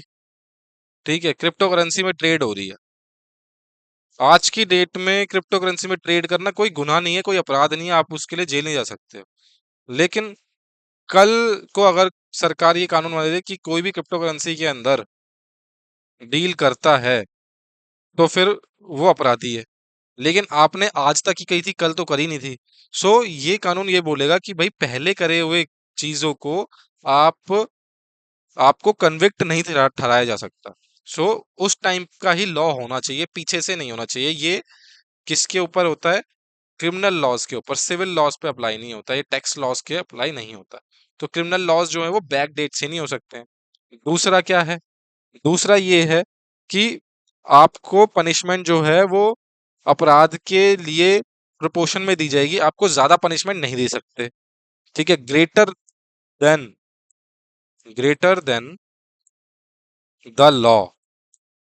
ठीक है, जितना लॉ में है उतनी आपको पनिशमेंट मिलेगी, ज्यादा आपको मिलेगी नहीं। और तीसरा है कि एक अपराध के लिए दो बार पनिशमेंट या दो से ज्यादा बार पनिशमेंट नहीं दे सकते। मतलब आपको एक अपराध के लिए एक ही पनिशमेंट मिलेगी, दो पनिशमेंट नहीं मिल सकती कि आपने एक मर्डर किया है और आपको एक बार कन्विक्ट किया 10 साल के लिए, फिर दोबारा उसी मर्डर के लिए फिर से कन्विक्ट कर दिया 2 साल 10 साल के लिए। सो एक अपराध के लिए बस एक ही पनिशमेंट मिलेगी, एक बार ही पनिशमेंट मिलेगी। ठीक है। सो ये आ गया हमारा आर्टिकल 20। देन बहुत इंपॉर्टेंट है ये भी बहुत बार पूछा जाता है। Article 21, protection of life and personal liberty. और इसके अंदर बहुत सारी चीजें होती हैं कि राइट टू स्लीप हो गया, राइट टू इलेक्ट्रिसिटी भी हो गया, राइट टू प्राइवेसी है। ठीक है, तो आर्टिकल 21 बहुत ही बड़ा आर्टिकल है। मेनका गांधी केस जो है वो आर्टिकल 21 में। देन आर्टिकल 21 है हमारा राइट टू एलिमेंट्री एजुकेशन। इसको बोलते हैं dawn of second revolution of constitution in India. ठीक है, सेकेंड रेवोल्यूशन है ये इंडिया के अंदर, राइट टू एलिमेंट्री एजुकेशन। इसमें क्या होता है कि 6 से 14 साल के बच्चे जो हैं वो उनको फंडामेंटल राइट है एजुकेशन का, 6 से 14 ईयर्स तक। ये कब हुआ था? अमेंडमेंट पूछी जाती है, 86 कॉन्स्टिट्यूशनल अमेंडमेंट। ठीक है, ईयर पूछा जाता है 2002। ठीक है। सो यहाँ पे अगर हम सबको क्लियर करें, सो अगर हम फिर से इधर देखें कि आर्टिकल 21 के अंदर और भी क्या क्या चीजें होती हैं, जैसे कि राइट टू लाइफ हो गया, राइट टू प्राइवेसी हो गया, right of prisoner to have necessities of life, कि मतलब प्रिजनर को भी लाइफ की नेसेसिटीज लेने का अधिकार है। ठीक है, पब्लिक हैंगिंग नहीं हो सकती है, सोने का अधिकार है, ट्रेवल बाहर बाहर ट्रेवल अब्रॉड, बाहर घूमने का अधिकार कहाँ पे से आता है? आर्टिकल 21 से। और इंडिया में घूमने का अधिकार कहाँ से आता है? आर्टिकल 19 से। Then article 22, protection against arrest and detention, कि आपको अगर अरेस्ट किया है तो 24 घंटे के अंदर अंदर मजिस्ट्रेट के 24 घंटे के अंदर अंदर मजिस्ट्रेट के ऊपर आपको पेशी देनी पड़ेगी पुलिस को।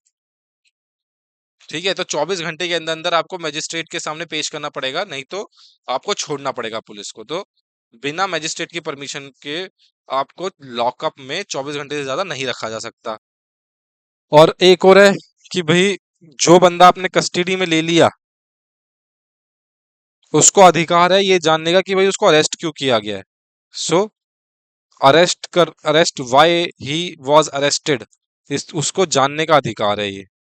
देन उसको ये लॉयर करने का भी अधिकार है, जो बंदे ने अरेस्ट हुआ है उसको लॉयर करने का अधिकार है। देन नेक्स्ट आ गया हमारा राइट अगेंस्ट एक्सप्लॉइटेशन, कि भाई आप एक्सप्लॉइट नहीं कर सकते हो। इसमें दो चीजें हैं, ये बहुत बार पूछा जाता है, ये दोनों चीजें बहुत बार पूछी जाती हैं कि ह्यूमन ट्रैफिकिंग को कौन सा आर्टिकल प्रोहिबिट करता है? ह्यूमन ट्रैफिकिंग को आर्टिकल 23। आर्टिकल 23 बोलता है कि भाई आप ह्यूमन ट्रैफिकिंग नहीं कर सकते, आप बेगार नहीं करवा सकते, बेगर, फोर्स्ड लेबर जिसको कहते हैं, कि बिना पैसों के आप फोर्सिबली मजदूरी करा रहे हैं, मतलब बंधुआ मजदूरी जिसको बोलते हैं। ठीक है, बिना पैसों के लेबर आप करवा रहे हो, मजदूरी करवा रहे हो, ये भी आर्टिकल 23 के अंदर प्रोहिबिशन है। ठीक है, प्रोहिबिशन है, ये अधिकार है आपको, फंडामेंटल राइट है कि फोर्स लेबर नहीं होगा आपके साथ। देन बच्चों को फैक्ट्रीज के अंदर एम्प्लॉय नहीं किया जा सकता, होटल्स के अंदर जो बच्चे करते हैं, काम करते हैं, वो नहीं किया जा सकता है। और एज कितनी होनी चाहिए? 14 साल से कम के बच्चे। ठीक है, चिल्ड्रन कौन है? 14 साल के कम के बच्चों को फैक्ट्रीज में, माइंस में, और कोई भी हजार्डस एक्टिविटी हो गई, कंस्ट्रक्शन वर्क हो गया, रेलवे का वर्क हो गया, इनमें इनमें एम्प्लॉयमेंट नहीं कर सकते बच्चों को। ठीक है, लेकिन हार्मलेस वर्क में कर सकते हैं। ठीक है, हार्मलेस वर्क में बच्चों को एम्प्लॉय कर सकते हैं। जैसे कि डांस, इंडियन डांस में छोटे छोटे बच्चे डांस करते हैं, इंडियाज गॉट टैलेंट में बच्चे करते हैं परफॉर्म। सो वो क्या, वो एक हार्मलेस प्रोफेशन है। तो ऐसे बच्चों को एम्प्लॉय ऐसे किया जा सकता है हार्मलेस वर्क के अंदर। देन 25 से 28 आ गया फ्रीडम ऑफ रिलीजन, कि भाई आपको अधिकार है कोई भी रिलीजन चुनने का, उसको प्रोफेस करने का, उसको प्रैक्टिस करने का, उसको प्रोपोगेट करने का। आर्टिकल 25। अपने रिलीजियस अफेयर्स को मैनेज करने की फ्रीडम है, article 26। Freedom from payment of taxes for the promotion of any religion, किसी भी रिलीजन को प्रमोट करने के लिए आपको टैक्स देने की जरूरत नहीं है, आर्टिकल 27। और कोई भी रिलीजियस इंस्ट्रक्शंस नहीं दे सकता आपको कि आपको ये रैली, रिलीजियस रैली आपको मैंडेटरीली अटेंड करनी है, या फिर ये रिलीजियस फंक्शन आपको मैंडेटरीली अटेंड करना है सर्टेन एजुकेशन इंस्टीट्यूशंस के थ्रू। ठीक है, कोई कुछ एजुकेशन इंस्टीट्यूशंस हैं जो आपको ये नहीं फोर्स कर सकते आपके ऊपर कि आप कोई भी रिलीजियस इंस्ट्रक्शंस जो है वो फॉलो करो या वर्शिप करो। तो ये आ गया हमारा आर्टिकल 28। तो ये इतना इंपॉर्टेंट नहीं है, ये हमारा इतना इंपॉर्टेंट नहीं है। ठीक है, ये इंपॉर्टेंट है। आर्टिकल 25 इंपॉर्टेंट है, आर्टिकल 26 इंपॉर्टेंट है। यहाँ पे आर्टिकल 24, 23 इंपॉर्टेंट है। देन आर्टिकल 21A इंपॉर्टेंट है, 21 इंपॉर्टेंट है, आर्टिकल 19 इंपॉर्टेंट है। फिर इधर 14 इंपॉर्टेंट है, 15 इंपॉर्टेंट है, और ये 17 इंपॉर्टेंट है। ये सारे आर्टिकल बहुत इंपॉर्टेंट है, और इंपॉर्टेंट तो सारे ही हैं, लेकिन सबसे ज्यादा इंपॉर्टेंट मैं आपको बता रहा हूँ। देन आर्टिकल 29, 30, ये भी इंपॉर्टेंट है, कल्चरल एंड एजुकेशनल राइट्स। 29 में क्या लिखा हुआ है कि लैंग्वेज, स्क्रिप्ट्स, राइट्स ऑफ, ये राइट है मिनॉरिटीज के पास कि भाई अपनी लैंग्वेज को, स्क्रिप्ट को प्रोटेक्ट कर सकें। ठीक है, ऐसा नहीं है कि आप जबरदस्ती किसी लैंग्वेज को एक्सटिंग्विश करना चाह रहे हैं तो वो होने दिया जाएगा। सो आपकी लैंग्वेज को प्रोटेक्ट करके रखना, ये एक ये फंडामेंटल राइट है, मौलिक अधिकार है आपका। देन मिनिॉरिटीज के पास एक स्पेशल राइट है कि वो अपने एजुकेशनल इंस्टीट्यूशंस खोल सकते हैं और उनको रन कर सकते हैं, एडमिनिस्टर कर सकते हैं, आर्टिकल 30। तो आर्टिकल 29 के अंदर मिनिॉरिटीज और मेजॉरिटीज दोनों, ऐसा नहीं है कि अगर कोई मेजॉरिटी में है तो उसकी लैंग्वेज को आप जबरदस्ती खत्म कर सकते हैं। तो लैंग्वेज को बचाने का अधिकार हर एक इंसान का है। ठीक है, लेकिन ये जो स्पेशल स्पेशल चीज है, आर्टिकल 30 में एक स्पेशल चीज है कि ये सिर्फ मिनॉरिटीज को राइट देता है कि आपको एजुकेशनल इंस्टीट्यूशन स्टेब्लिश करने का ये फंडामेंटल राइट है। ठीक है, बाकी मेजॉरिटीज को जो राइट है अपने इंस्टीट्यूशंस खोलने का, वो एक फंडामेंटल राइट नहीं है, वो उनका एक कॉन्स्टिट्यूशनल राइट है कि भाई वो अपने अलग अलग चीजें, संस्थाएं खोल सकते हैं। लेकिन मिनॉरिटीज को एक स्पेशल अधिकार है कि भाई वो एक एजुकेशन इंस्टीट्यूशन खोल सकते हैं, आर्टिकल 30 के अंदर। देन सबसे इंपॉर्टेंट आ जाता है भाई ये article 32, right to constitutional remedies. इसका मतलब क्या है कि अगर कोई भी आपके पास फंडामेंटल राइट्स आपका आहत करता है तो डायरेक्टली आप सुप्रीम कोर्ट में अर्जी डाल सकते हैं। वो है हमारा article 32, right to constitutional remedies. और अगर क्वेश्चन आता है कि हाई कोर्ट में अर्जी डालनी है, तो वो अधिकार आता है आपका राइट टू आर्टिकल 226 से। आर्टिकल 226 से अगर आपका कोई फंडामेंटल राइट आहत होता है तो आप हाई कोर्ट में जा सकते हैं। सो हाई कोर्ट में जाने का जो अधिकार है वो आपका फंडामेंटल राइट नहीं है। ठीक है, लेकिन सुप्रीम कोर्ट के पास जाने का अधिकार जो है वो आर्टिकल 32 में है, यानी पार्ट 3 में है, यानी वो एक फंडामेंटल राइट है। सो सुप्रीम कोर्ट जो है फंडामेंटल राइट्स को बचाने के लिए ये रिट्स इशू करते हैं। ठीक है, ये रिट्स इशू करते हैं, जैसे कि हिबियस कॉर्पस। हिबियस कॉर्पस का क्या मतलब होता है? इसका मतलब है to produce the body, to produce the body.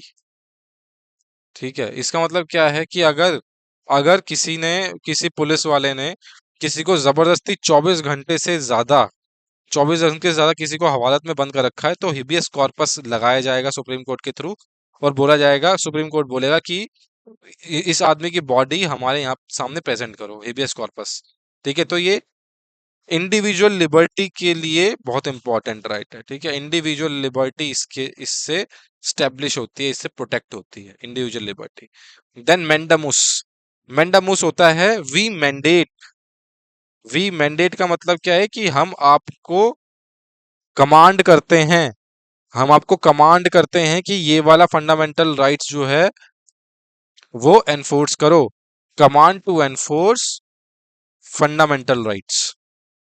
Prohibition, prohibition का मतलब है कि हम मना कर रहे हैं, फॉरबिड कर रहे हैं कुछ चीज करने के लिए। सो जब गवर्नमेंट कोर्ट्स जो है बोलेगी कोई चीज मत करो, तो क्या बोलेंगे, वो प्रोहिबिशन लगाएंगे। सर्शियोरी का मतलब क्या है, टू बी सर्टिफाइड। इसमें क्या होता है सर्शियोरी में, इसमें जो हायर कोर्ट होता है, हायर कोर्ट जो है वो लोअर कोर्ट को इशू करता है ये सर्शियोरी, और बोलता है कि या तो ये केस हमें दे दो, या तो इस केस के ऑर्डर को खारिज कर दो। सो ये होता है सर्शियोरी। क्यो वारंटो, क्यो वारंटो होता है bye what warrant, by what warrant, या फिर किस अथॉरिटी से आप इस ऑफिस में बैठे हैं। सो ये किस लिए इंपॉर्टेंट है, ये इसलिए इंपॉर्टेंट है कि कहीं कभी कोई गुंडा वुंडा या फिर कोई भी इलीगल मिसक्रिएंट जो है वो कोई पब्लिक ऑफिस ना हथिया ले। सो कोर्ट उसको बोलते हैं भाई किस वारंट से आप इस पब्लिक ऑर्डर में बैठे हैं। तो ये हो गया हमारा quo warranto, by what warrant, by what authority. Then question आता है क्या फंडामेंटल राइट्स सबके लिए हैं। ठीक है, क्योंकि इंडिया के अंदर विजिटर्स भी आते हैं, फॉरेन लोग, फॉरेनर्स आते हैं विजिट करने के लिए। सो कुछ फंडामेंटल राइट्स जो हैं वो सिर्फ हमारे सिटीजन्स के लिए हैं, और बहुत सारे फंडामेंटल राइट्स जो हैं वो सिटीजन्स के लिए भी हैं और फॉरेनर्स के लिए भी हैं। ठीक है, लेकिन एनिमी एलियंस के लिए नहीं है। एनिमी एलियंस कौन से होते हैं, वो एनिमी एलियंस मतलब जो भी कंट्रीज इंडिया के साथ वॉर में हैं, जैसे कि पाकिस्तान या बांग्लादेश, ठीक है, उनको बोलते, उनके सिटीजन्स को बोलते हैं एनिमी एलियंस। तो उनके लिए तो कोई भी अधिकार नहीं है, ना तो ये वाले हैं ना ये वाले हैं। तो याद कैसे करना है भाई, फंडामेंटल राइट्स जो कि सिर्फ इंडियन सिटीजन्स के लिए अवेलेबल हैं वो है 15, 16, 19, 29, 30। ये मैंने ऐसे ही याद किया था, 15, 16, 19 और 29, 30। 15, 16 तो एक साथ है, 29, 30 भी एक साथ है, और बीच में क्या है गया 19। तो 15 क्या था कि भाई रेस के बेसिस पे, रिलीजन के बेसिस पे, कास्ट के बेसिस पे, सेक्स के बेसिस पे, प्लेस ऑफ बर्थ के बेसिस पे डिस्क्रिमिनेशन नहीं किया जा सकता। पब्लिक एम्प्लॉयमेंट में अपॉर्चुनिटी इक्वल होनी चाहिए। और हमारे पास 19 के अंदर 6 टाइप की फ्रीडम है, एक्सप्रेशन की फ्रीडम है, स्पीच की फ्रीडम है, असेंबली की है, एसोसिएशन की, मूवमेंट की, रेजिडेंस की और प्रोफेशन की है।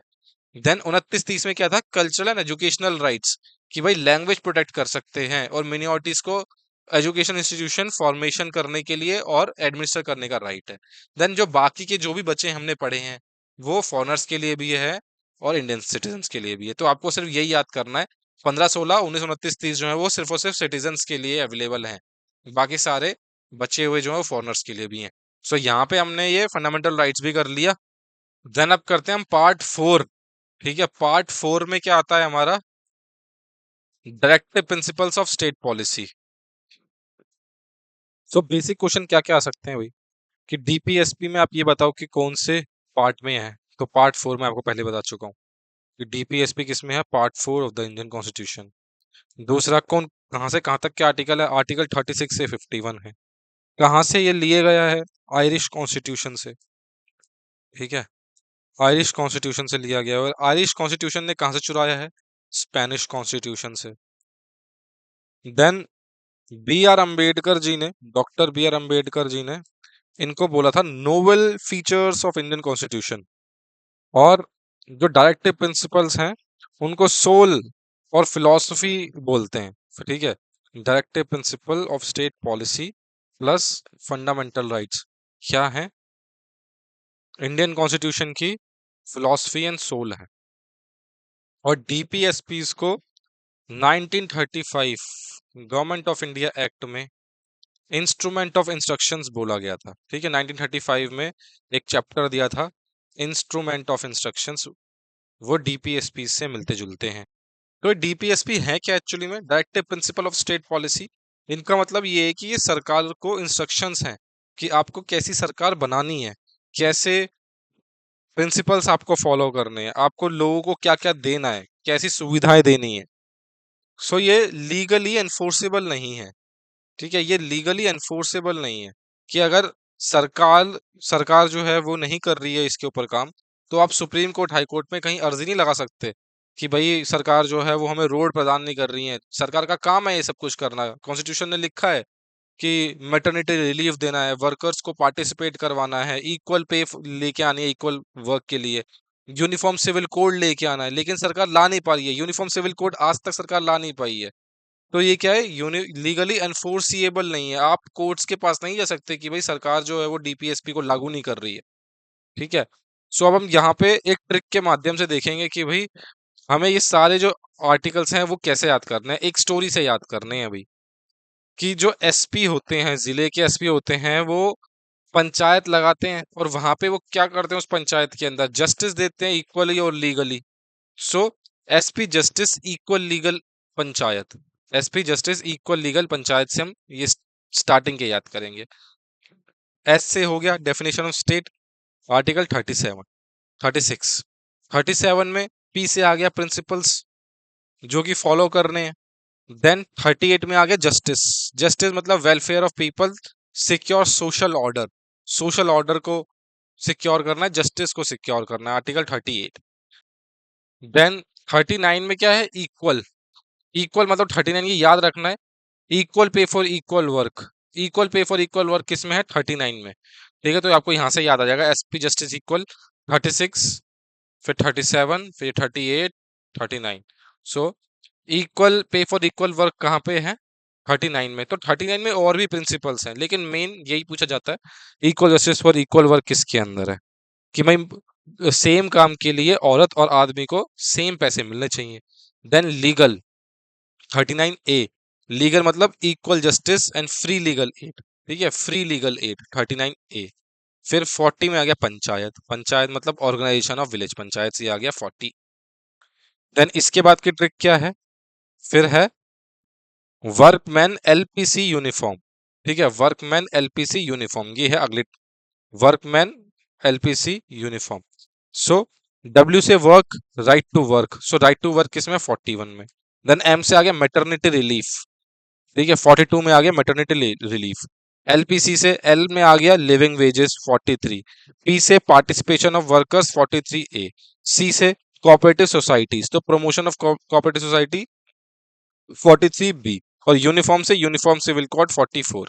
सो यहाँ पे मेन मेन कौन से हैं, 44 uniform civil code, 39 equal pay for equal work, 39 A free legal aid, 40 village panchayat, 41 right to work. Then I care, अब आप एस सी एस टी की केयर करते हैं, और किस किस की केयर करते हैं, लिविंग एनिमल वाइल्ड लाइफ की, और नॉर्थ ईस्ट की, और इंटरनेशनल। सो आप इन सब चीजों की केयर करते हो भाई, कि एस सी एस टी से के बाद आए लिविंग एनिमल वाइल्ड लाइफ की, और फिर नॉर्थ ईस्ट इंडिया की। ठीक है, सो आई केयर फॉर ये scheduled S C S T, living animal wild life, north east international. तो 45 क्या है, आई से, आई केयर से क्या है, अर्ली चाइल्डहुड केयर। ठीक है, अर्ली चाइल्डहुड केयर, और अर्ली चाइल्डहुड केयर की एज कितनी है, बिलो 6 इयर्स। ठीक है। Then S C S T 46 में आ गया, कि भाई एस सी एस टी के लिए एजुकेशनल और इकोनॉमिक इंटरेस्ट को प्रमोट करना।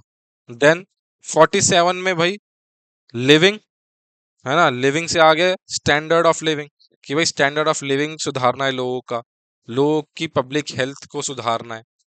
देन एनिमल आ गया 48 में, एनिमल हस्बेंड्री, 48 में animal husbandry.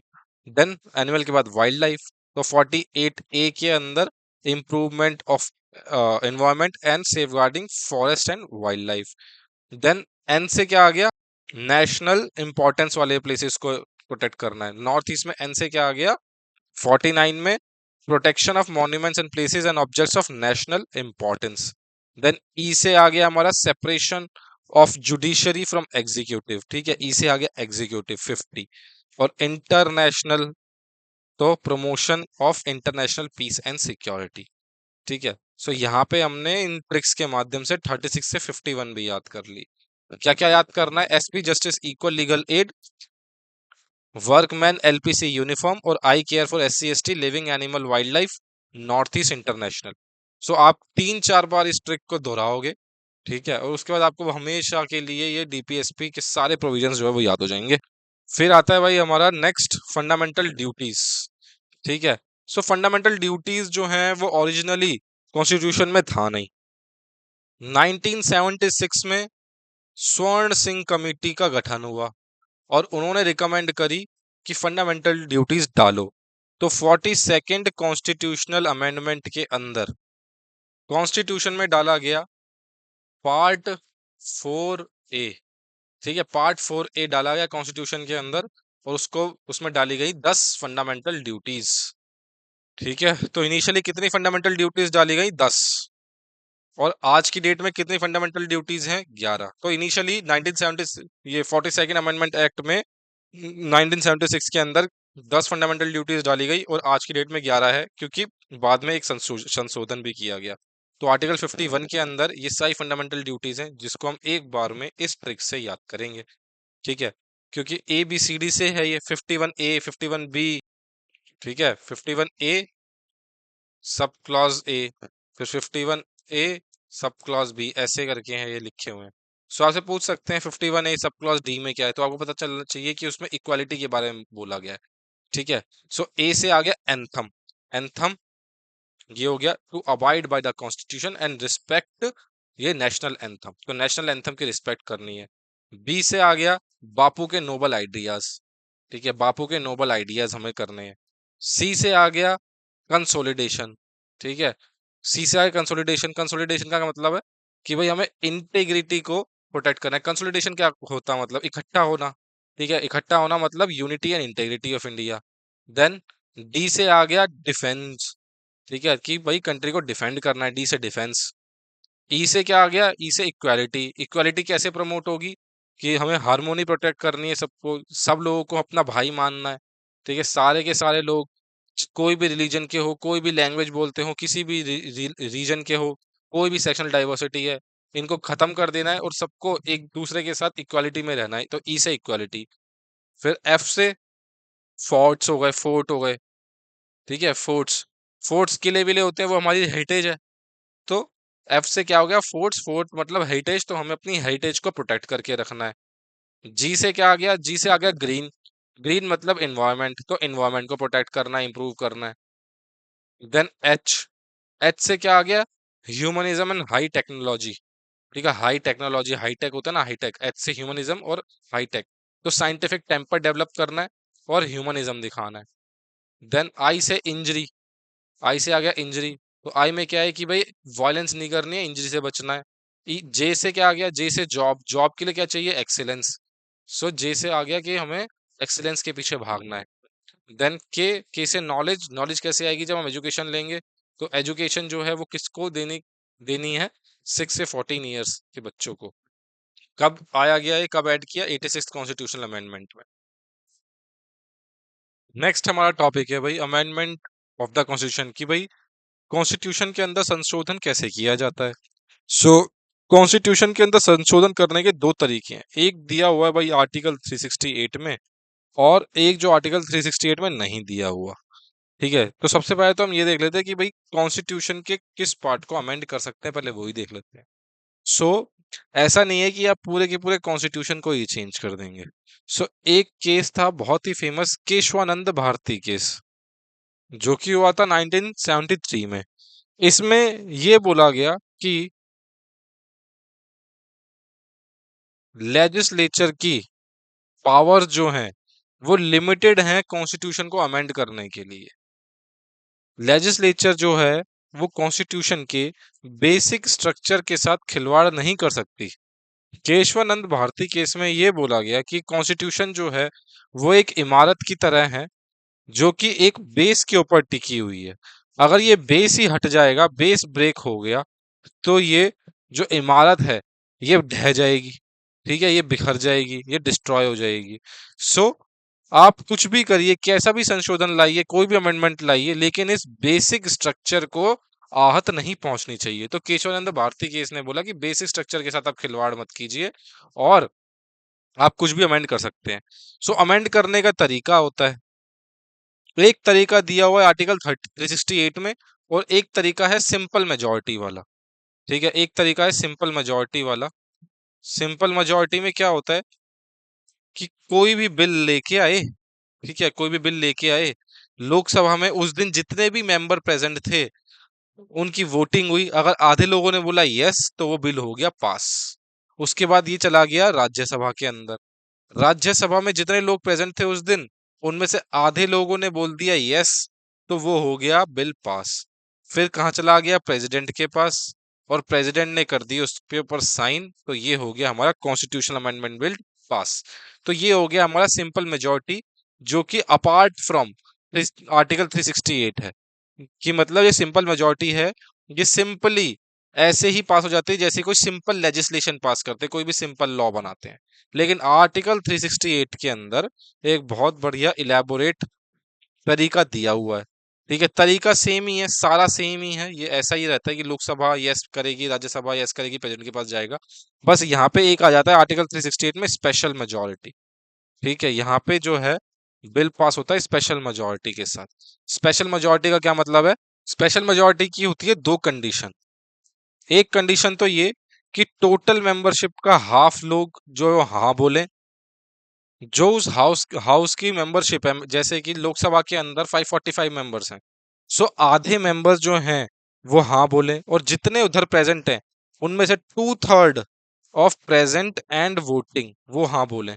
2/3 of present and voting हाँ बोले और total membership of the house के आधे लोग हाँ बोले, तो वो बिल जो है वो पास होगा। ये हो गई हमारी special majority. So simple majority में तो यही है कि half of present and voting, कि जो उस सदन में प्रेजेंट है उनमें से आधे लोग हाँ बोल दिए तो पास हो गया। स्पेशल मेजोरिटी में दो कंडीशन आ जाती है कि भाई टोटल मेंबरशिप ऑफ हाउस, जो कि लोकसभा के अंदर कितने हैं 545, और राज्यसभा में कितने हैं 230 के करीब। ठीक है, तो टोटल मेंबरशिप के आधे लोग, और जो उस दिन एमपीज जो हैं प्रेजेंट हैं उनमें से 2/3 of the present and voting हाँ बोलेंगे, तो बनेगी स्पेशल मेजोरिटी। तो 368 के अंदर जो है वो स्पेशल मेजोरिटी में दी गई है, और सिंपल मेजोरिटी से तो आप कोई भी करवा सकते हैं। और एक और स्पेशल मेजोरिटी होती है जो कि फेडरल केसेस के ऊपर आती है, जो कि हमारा फेडरल स्ट्रक्चर होता है। इसका मतलब वो केसेस वो केसेस जिसके अंदर स्टेट्स की भागीदारी भी होनी चाहिए। ठीक है, जिसमें स्टेट्स का भी स्टेक होता है, स्टेक्स ऑफ स्टेट्स का भी स्टेक हो जिसके अंदर, तो वो होती है हमारी फेडरल वाले केसेस। तो उसके अंदर जो बिल है वो स्टेट्स के पास भी जाएगा, और आधे states, half of the states ने अगर हाँ बोल दिया तो इसका मतलब वो बिल पास हो जाएगा। और स्टेट्स के अंदर कौन सी मेजोरिटी चाहिए होगी, सिंपल मेजोरिटी चाहिए होगी स्टेट्स के अंदर। ठीक है, तो अब स्टार्ट करते हैं भाई सिंपल मेजोरिटी से क्या क्या चीज अमेंड कर सकते हैं। कि भाई नई स्टेट्स का स्टेब्लिशमेंट करना हो तो हम सिंपल मेजोरिटी यूज कर सकते हैं। नए स्टेट्स का फॉर्मेशन, लेजिस्लेटिव काउंसिल की अबॉलिशन और क्रिएशन, सेकंड शेड्यूल को चेंज करना हो, पार्लियामेंट के कोरम को चेंज करना हो, जैसे कि अभी पार्लियामेंट का कोरम कितना है, 1/10 ऑफ मेंबरशिप। ठीक है, 1/10 ऑफ मेंबरशिप मतलब क्या हुआ, 1/10 ऑफ 545, इसका मतलब कितना हुआ 54.5, मतलब 55 मेंबर्स। तो मतलब क्या है, कोई भी सेशन को स्टार्ट करने के लिए 55 एमपीज लगते हैं। अगर लोकसभा के अंदर 55 एमपीज की अटेंडेंस नहीं है तो सेशन नहीं चल सकता। देन एमपीज के सैलरीज और अलाउंसेस को चेंज करना होगा तो सिंपल मेजोरिटी लगेगी। पार्लियामेंट के प्रोसीजर को चेंज करना हो, पार्लियामेंट प्रिविलेजेस को चेंज करना हो, इंग्लिश लैंग्वेज का यूज, जजेस के नंबर को चेंज करना हो, सुप्रीम कोर्ट के जज जुरिस्डिक्शन बढ़ानी हो, ऑफिशियल लैंग्वेज का use, citizenship, election to the parliament and state legislature, constituencies का एरिया बढ़ाना हो, डिलिमिटेशन का मतलब है कि एरिया चेंज करना हो, बढ़ाना हो या घटाना हो, यूनियन टेरिटरीज, फिफ्थ और सिक्स शेड्यूल, इन सब को चेंज कैसे करते हैं, सिंपल मेजोरिटी से। और सिंपल मेजोरिटी मतलब 368 के ये अंदर नहीं आती है। ठीक है, apart from 368 article. Then special majority जो कि आर्टिकल 368 में दिया गया है। तो आर्टिकल 368 वाले में क्या क्या हम चेंज कर सकते हैं, फंडामेंटल राइट्स और डीपीएसपी, और वो सारे प्रोविजंस जो कि ये सिंपल मेजोरिटी में और इस वाली मेजोरिटी में नहीं आते, ये वाली मेजोरिटी कौन सी है कि स्पेशल मेजोरिटी पार्लियामेंट में भी और स्टेट्स से पूछ के, जो मैंने आपको बताया था कि स्टेट्स के पास जाएंगे और आधी स्टेट्स ने, अगर हाफ ऑफ द स्टेट्स ने बोल दिया कि हाँ कर लो, तो फिर चेंज हो जाएगा, जैसे कि जीएसटी में हुआ था। ठीक है, जीएसटी में आधे स्टेट्स ने हाँ बोल दिया था तो जीएसटी लागू कर दिया गया था, क्योंकि जीएसटी के अंदर स्टेट्स का भी स्टेक है। तो स्टेट से कब कब पूछा जाएगा संशोधन के लिए, कि भाई प्रेसिडेंट का इलेक्शन हो गया, क्योंकि प्रेसिडेंट के इलेक्शन में जो है वो एमएलएज भी जाते हैं, ठीक है, एमएलएज भी करते हैं। देन एग्जीक्यूटिव पावर यूनियन या स्टेट्स की घटानी या बढ़ानी हो, सुप्रीम कोर्ट और हाई कोर्ट की पावर्स बढ़ानी घटानी हो, यूनियन और स्टेट्स के बीच में लेजिस्लेटिव पावर्स का चेंज करना हो। इसका मतलब क्या है, शेड्यूल, कौन सा शेड्यूल है ये, शेड्यूल 7, जिसमें लिस्ट दी गई हुई है, state list, union list change करनी हो तो वही स्टेट से पूछा जाएगा। जीएसटी काउंसिल का चेंज करना हो, 7 schedule. Then representation of states in parliament को चेंज करना हो, और आर्टिकल 368 की पावर को चेंज करना हो, तब भी स्टेट से पूछा जाएगा।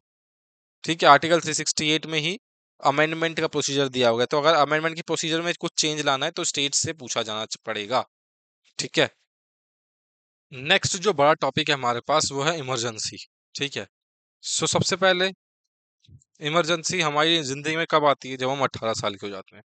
तो पार्ट 18 में इमरजेंसी का डिस्क्रिप्शन है।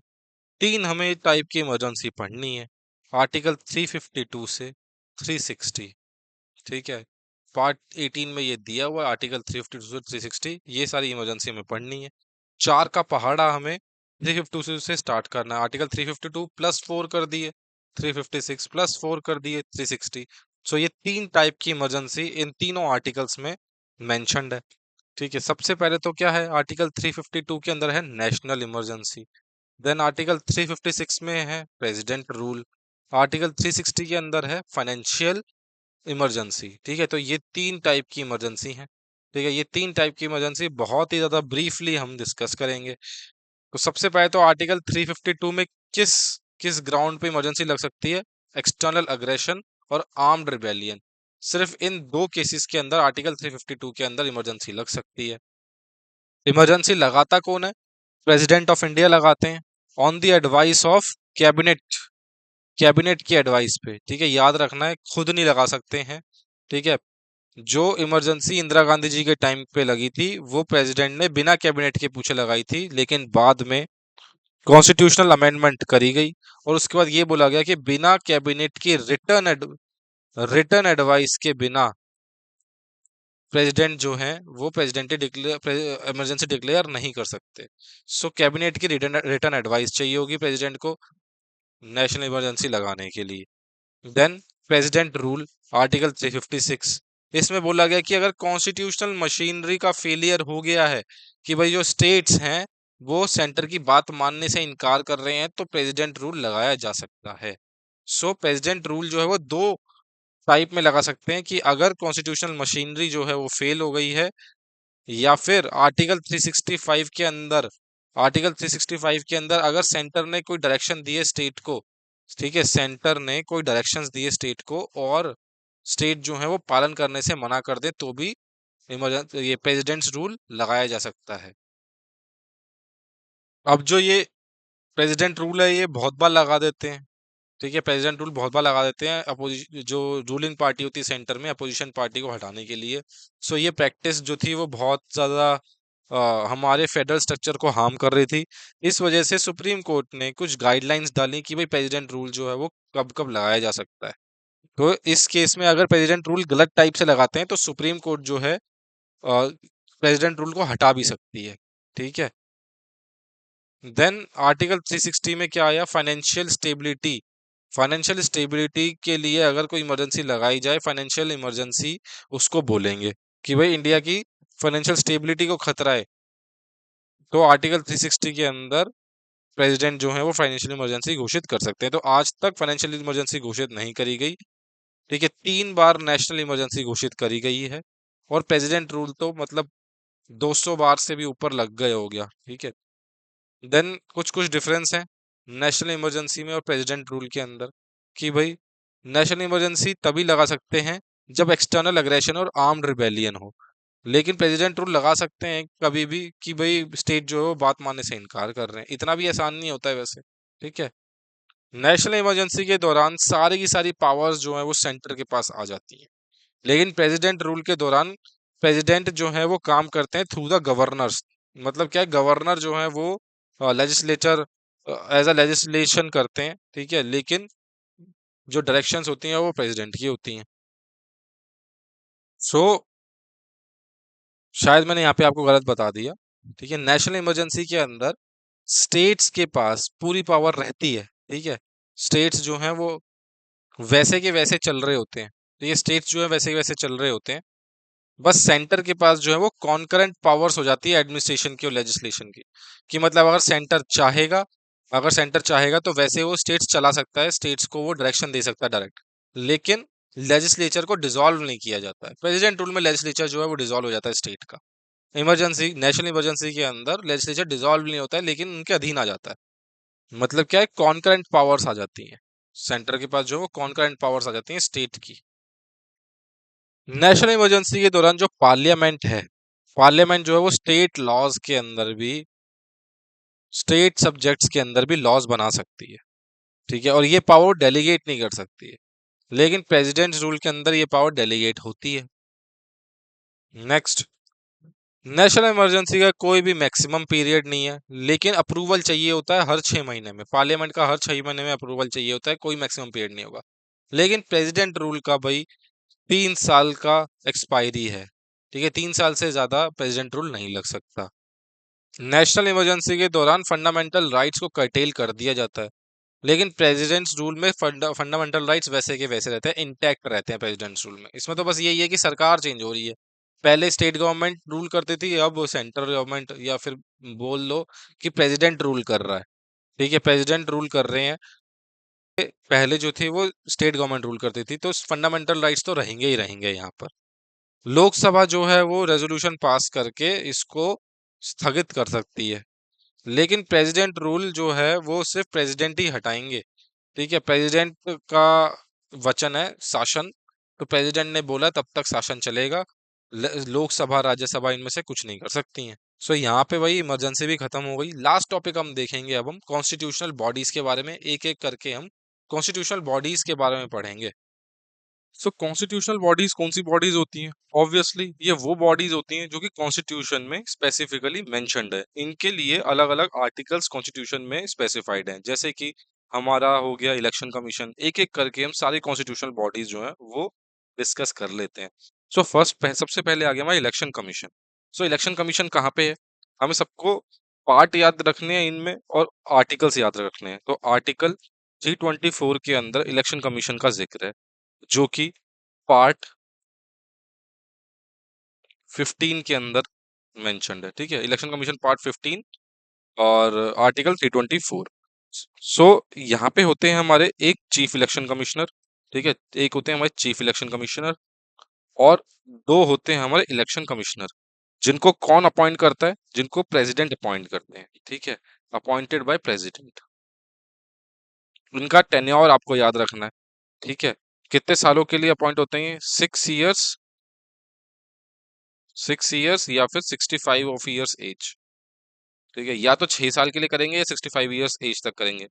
कि भाई अगर 59 की उम्र के हैं तो 65 तक ऑफिस होल्ड करेंगे। अगर 63 के ही हैं तो 3 साल ही कर पाएंगे। तो मतलब मैक्सिमम एज क्या है? 65 ईयर्स तक। या फिर टेन्योर क्या है? 6 इयर्स तक। देन पहले चीफ इलेक्शन कमिश्नर का क्या नाम था?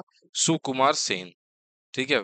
फर्स्ट फर्स्ट इलेक्शन कमिश्नर थे वो थे सुकुमार सेन।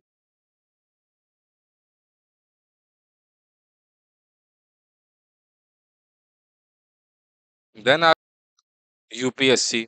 ठीक है। यूपीएससी किस में मेंशन्ड है? आर्टिकल 315 से 323। ठीक है। 315 से 323 तक यूपीएससी मेंशन्ड है। सो इलेक्शन कमीशन का था पार्ट 15, तो इनका है पार्ट 14। ठीक है। पार्ट 14 में है ये मेंशन्ड। इंडिया के अंदर पहली पब्लिक सर्विस कमीशन कब स्टैब्लिश हुई थी? इसका क्वेश्चन आ सकता है। तो फर्स्ट हुई थी भाई 1926 के अंदर। अब यहाँ पर कितने मेंबर्स हो सकते हैं? जैसे कि इलेक्शन कमिश्नर, इलेक्शन कमीशन में हमने देखा एक चीफ इलेक्शन कमिश्नर थे और 2 इलेक्शन कमिश्नर थे। लेकिन यहाँ पे मेंबर्स जो हैं वो प्रेसिडेंट डिसाइड करते हैं कि कितने भी मेंबर्स हो सकते हैं। लेकिन नॉर्मली कितने होते हैं? 9 से 11 मेंबर्स होते हैं। लेकिन प्रेसिडेंट जो है वो कम ज्यादा भी कर सकते हैं, प्रेसिडेंट के ऊपर है। और इनका टेन्योर भी सेम है, 6 इयर्स और 65 इयर्स ऑफ एज। अब यूनियन पब्लिक सर्विस कमीशन के बाद आ जाता है हमारा state service public commission. State service public commission भी, इनके भी सेम आर्टिकल्स हैं, आर्टिकल्स यही हैं, ठीक है, सेम आर्टिकल्स हैं।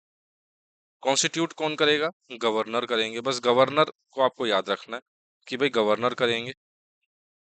यहाँ पर एक स्पेशल चीज क्या आ जाती है कि अपॉइंट कौन करता है? गवर्नर करते हैं, ठीक है, गवर्नर अपॉइंट करते हैं। लेकिन रिमूव गवर्नर नहीं कर सकते। रिमूव कौन करता है? प्रेसिडेंट, ठीक है। तो चेयरमैन और सारे के सारे जो मेंबर्स होते हैं वो अपॉइंट तो होंगे गवर्नर के थ्रू, लेकिन रिमूव सिर्फ प्रेसिडेंट कर सकते हैं। इनका टेन्योर क्या है? इनका टेन्योर भाई वही 6 इयर्स। लेकिन स्टेट में आ गए तो स्टेट की रिटायरमेंट एज हो गई हमारी 62 इयर्स ऑफ एज, ठीक है। यूपीएससी में थी 65 इयर्स ऑफ एज, लेकिन यहाँ पे 62 years of age. Then next आ गया हमारा सीएजी। सीएजी की बात करें, सो आर्टिकल कौन सा है? आर्टिकल है हमारा 148, ठीक है। पार्ट कौन सा हो गया? ये सेंट्रल गवर्नमेंट का पार्ट है। सेंट्रल गवर्नमेंट का पार्ट होता है पार्ट 5, ठीक है। तो पार्ट 4 कौन सा है? डीपीएसपी। पार्ट 3 हमारा फंडामेंटल राइट्स। पार्ट 4 ये है हमारा फंडामेंटल ड्यूटीज। पार्ट 5 हमारा सेंट्रल गवर्नमेंट, और सेंट्रल गवर्नमेंट में आता है सीएजी और आर्टिकल 148। सीएजी का क्या मतलब है? Controller and auditor general of India. ये होते हैं हेड ऑफ आईएएडी, ठीक है। आईएएडी के हेड होते हैं। क्या है आईएएडी की full form? Indian audit and accounts department, ठीक है, अकाउंट्स डिपार्टमेंट। आईएएडी के हेड होते हैं। इनको बोला जाता है गार्जियन ऑफ पब्लिक पर्स, ठीक है, गार्जियन ऑफ पब्लिक पर्स की लोगों का टैक्स का पैसा जो है वो सही से गवर्नमेंट ठीक ठाक खर्च कर रही है कि नहीं, कोई मिस अप्रोप्रिएशन तो नहीं हो रहा है। सो ये सारा काम जो है वो सीएजी का रहता है। और इसी वजह से डॉक्टर बी आर अम्बेडकर ने इसको, सीएजी को बोला था most important officer of constitution of India, ठीक है। So B R Ambedkar ji ने क्या बोला कि सीएजी जो है वो मोस्ट इम्पोर्टेंट ऑफिसर है under constitution of India. Then इनका tenure same, 6 years, 65 years of age, same है। अपॉइंट कौन करेगा? अपॉइंट करेंगे प्रेसिडेंट, प्रेसिडेंट ऑफ इंडिया इनको अपॉइंट करेंगे। पैसों की बात हो ही रही है तो नेक्स्ट इंपॉर्टेंट ऑफिस आ जाता है हमारा finance commission. So finance commission का आर्टिकल क्या है? Article 280 of the constitution. बहुत बार क्वेश्चन पूछा गया है फाइनेंस कमीशन के बारे में, और यहाँ पर स्टैटिक पार्ट भी पूछा जाता है और करंट पार्ट भी पूछा जाता है। तो करंट अफेयर्स में से आपको फाइनेंस कमीशन की रिकमेंडेशंस को याद करना पड़ेगा कि भाई इस साल जो फाइनेंस कमीशन ने क्या रिकमेंडेशंस दी हैं। सो अभी हम स्टैटिक पार्ट कवर कर रहे हैं कि भाई आर्टिकल 280 के अंदर फाइनेंस कमीशन आता है। फाइनेंस कमीशन में एक होते हैं चेयरमैन और 4 होते हैं इनके साथी, ठीक है। चेयरमैन प्लस 4 मेंबर्स, 4 मेंबर्स होते हैं इनके साथ। अपॉइंट कौन करता है? प्रेसिडेंट अपॉइंट करते हैं। लेकिन इनका कोई टेन्योर फिक्स नहीं होता, ठीक है। प्रेसिडेंट इनका टेन्योर अपने ऑर्डर में डालते हैं, और इनका टेन्योर बढ़ाया जा सकता है, घटाया भी जा सकता है, ये प्रेसिडेंट के ऊपर है। सो ये रीअपॉइंट हो सकते हैं, ठीक है। They are eligible for reappointment. हमेशा आपको करंट फाइनेंस कमिश्नर का नाम याद होना चाहिए। मैं आपको फर्स्ट फाइनेंस कमीशन को हेड करने वाले चेयरपर्सन का क्या नाम था? फर्स्ट फाइनेंस कमीशन के चेयरमैन थे भाई केसी नियोगी सर, ठीक है। केसी नियोगी साहब थे फर्स्ट फाइनेंस कमीशन के चेयरमैन। अच्छा, फाइनेंस कमीशन का काम क्या होता है? फाइनेंस कमीशन का काम होता है कि भाई सेंटर और स्टेट में टैक्स को डिस्ट्रीब्यूट करना, टैक्स को, टैक्सेस को डिस्ट्रीब्यूशन करना सेंटर और स्टेट के बीच में। हम्म, और कैसे रिसोर्सेज को यूटिलाइज करना है, कैसे रिसोर्सेज को डिस्ट्रीब्यूट करना है, कौन से प्रिंसिपल्स फॉलो होंगे सेंटर और स्टेट को जब ये टैक्स डिस्ट्रीब्यूट कर रहे हैं। तो ये सारा काम है भाई फाइनेंस कमीशन का। देन भाई आ गया हमारा next important office, attorney general of India. Attorney general of India के आर्टिकल हैं, आर्टिकल 76 बहुत बार पूछा गया है, ठीक है, बहुत बार ये पूछा गया है। अटॉर्नी जनरल के अटॉर्नी जनरल जो है वो कौन से आर्टिकल से पावर्स डिराइव करते हैं या कॉन्स्टिट्यूट करते हैं, ठीक है। तो ये हाईएस्ट लॉ ऑफिस है हमारी कंट्री के अंदर, हाईएस्ट लॉ ऑफिस है, तो ऑब्वियसली इनको अपॉइंट कौन करेगा? प्रेसिडेंट अपॉइंट करेंगे। लेकिन इनको हटाएंगे कौन? प्रेसिडेंट ही हटाएंगे, और इनको हटाने के लिए किसी भी रीजन की जरूरत नहीं होती। और अटॉर्नी जनरल की एक ही खासियत बात रहती है कि they are allowed for private practice, ठीक है। सो ये प्राइवेट प्रैक्टिस भी कर सकते हैं गवर्नमेंट में रह के, लेकिन परमिशन लेनी पड़ेगी किससे? प्रेसिडेंट से, ठीक है, परमिशन लेनी पड़ेगी इनको। और सबसे इम्पोर्टेंट काम ये क्या करते हैं? क्योंकि लॉ ऑफिसर है, गवर्नमेंट ऑफ इंडिया के लॉ ऑफिसर है, तो गवर्नमेंट ऑफ इंडिया को रिप्रेजेंट करते हैं ये सुप्रीम कोर्ट के अंदर, ठीक है, रिप्रेजेंट करेंगे सुप्रीम कोर्ट में। अगर प्रेसिडेंट कोई भी सिचुएशन आ जाए, मतलब कुछ भी अगर लॉ की जानकारी लेनी है, लीगल एड लेनी है, तो directly attorney general of India से बात हो सकती है डायरेक्टली। आर्टिकल 143 के अंदर ये मेंशन्ड है कि अटॉर्नी जनरल जो हैं वो गवर्नमेंट ऑफ इंडिया को रिप्रेजेंट करेंगे सुप्रीम कोर्ट के अंदर जब भी प्रेसिडेंट चाहें। नेक्स्ट आ गया हमारा national commission for scheduled caste, scheduled tribes and backward classes, ठीक है, मतलब ओबीसी जिनको बोलते हैं। इन तीनों की एक नेशनल कमीशंस हैं। अब इन तीनों की नेशनल कमीशंस की एक स्टोरी है कि भाई सबसे पहले ये अलग अलग ऑफिस हुआ ही नहीं करता था। आर्टिकल 338 के अंदर एक नेशनल कमीशन हुआ करती थी। नेशनल कमीशन क्या, एक स्पेशल ऑफिसर हुआ करता था शेड्यूल्ड कास्ट और शेड्यूल्ड ट्राइब्स का, ताकि वो उन मैटर्स को इन्वेस्टिगेट कर सकें कि भाई शेड्यूल्ड कास्ट और शेड्यूल्ड ट्राइब्स को कौन कौन से सेफगार्ड्स देने हैं कॉन्स्टिट्यूशन के अंदर।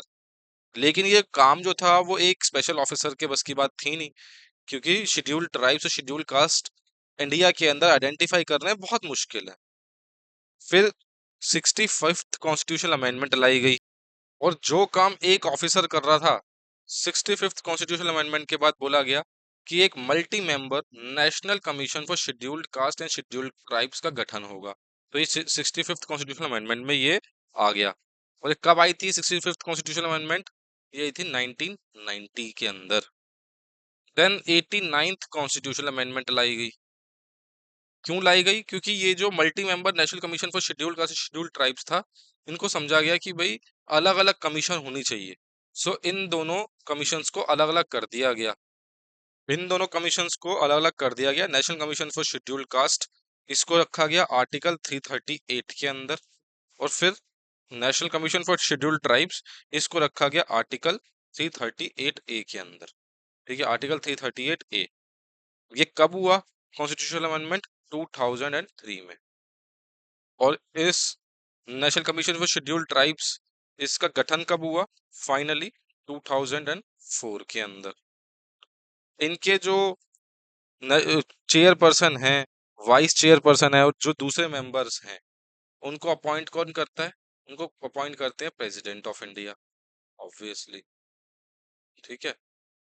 और भाई इन दोनों कमीशंस का काम क्या है? इनका काम है कि कोई भी जरूरत हो शेड्यूल्ड कास्ट को, शेड्यूल्ड ट्राइब्स को, कोई इनको परेशान कर रहा हो, इन सब चीजों के लिए लीगल सेफगार्ड्स को डिवाइस करना, इन शेड्यूल्ड ट्राइब्स और शेड्यूल्ड ट्राइब्स कास्ट के लोगों के लिए काम करना, इनकी सोशो इकोनॉमिक डेवलपमेंट में हेल्प करना, इन दोनों कम्युनिटीज की एडवांसमेंट के अंदर भागीदारी देना।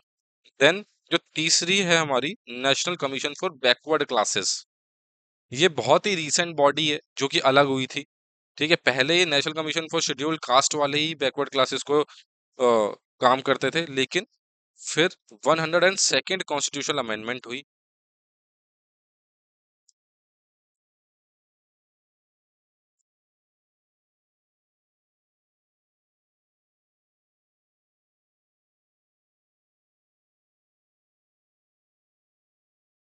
और national commission for backward classes को एक अलग आर्टिकल, आर्टिकल 338 बी के अंदर कॉन्स्टिट्यूशनल स्टेटस जो है वो, अलग कॉन्स्टिट्यूशनल स्टेटस जो है वो इनको दिया गया। सेम चीज इनके साथ भी है कि इनके चेयरपर्सन और वाइस चेयरपर्सन है, और 3 मेंबर्स हैं। ठीक है, एक चेयरपर्सन, एक वाइस चेयरपर्सन और 3 मेंबर्स। इनमें विमेन भी होनी चाहिए। ठीक है, मेंबर्स के अंदर विमेन की भी परसेंटेज फिक्स्ड है यहाँ पर। Next important office mentioned in constitution.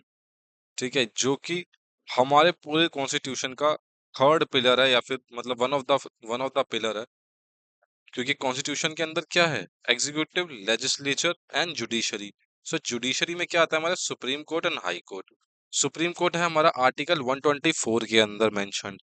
Article 123 के अंदर मेंशन्ड है ordinance making power of president. जो सुप्रीम कोर्ट है उनके आर्टिकल किसके अंदर मेंशन्ड है, पार्ट 5 के अंदर। कहाँ से कहाँ तक, 124 से। अब कहाँ तक होगे आपको ये पता होना चाहिए। अभी आपको मतलब लॉजिक से पता होना चाहिए कि 124 से कहाँ तक होने चाहिए। क्योंकि सीजी का आर्टिकल कितना है, 148, है ना। तो इसका मतलब सुप्रीम कोर्ट का कितना होगा, 124 से 147 तक। ठीक है, तो ऐसे आपको मतलब लॉजिकली चीजें याद होनी चाहिए। Then supreme court of India जो है वो सिंगल कोर्ट ऑफ सिस्टम पे चलती है। सिंगल कोर्ट ऑफ सिस्टम, इसका मतलब क्या है कि हाई कोर्ट जो है वो इनके अधीन नहीं है। हाई कोर्ट जो है वो अपने अलग इंडिपेंडेंट है। लेकिन यहाँ पे सिंगल कोर्ट ऑफ सिस्टम है। इसका मतलब है कि भाई ये स्टेट लॉज भी एनफोर्स कर सकते हैं और सेंट्रल लॉज भी एनफोर्स कर सकते हैं। ऐसा नहीं है कि सुप्रीम कोर्ट ऑफ इंडिया जो है वो स्टेट लॉज को एनफोर्स नहीं कर सकती।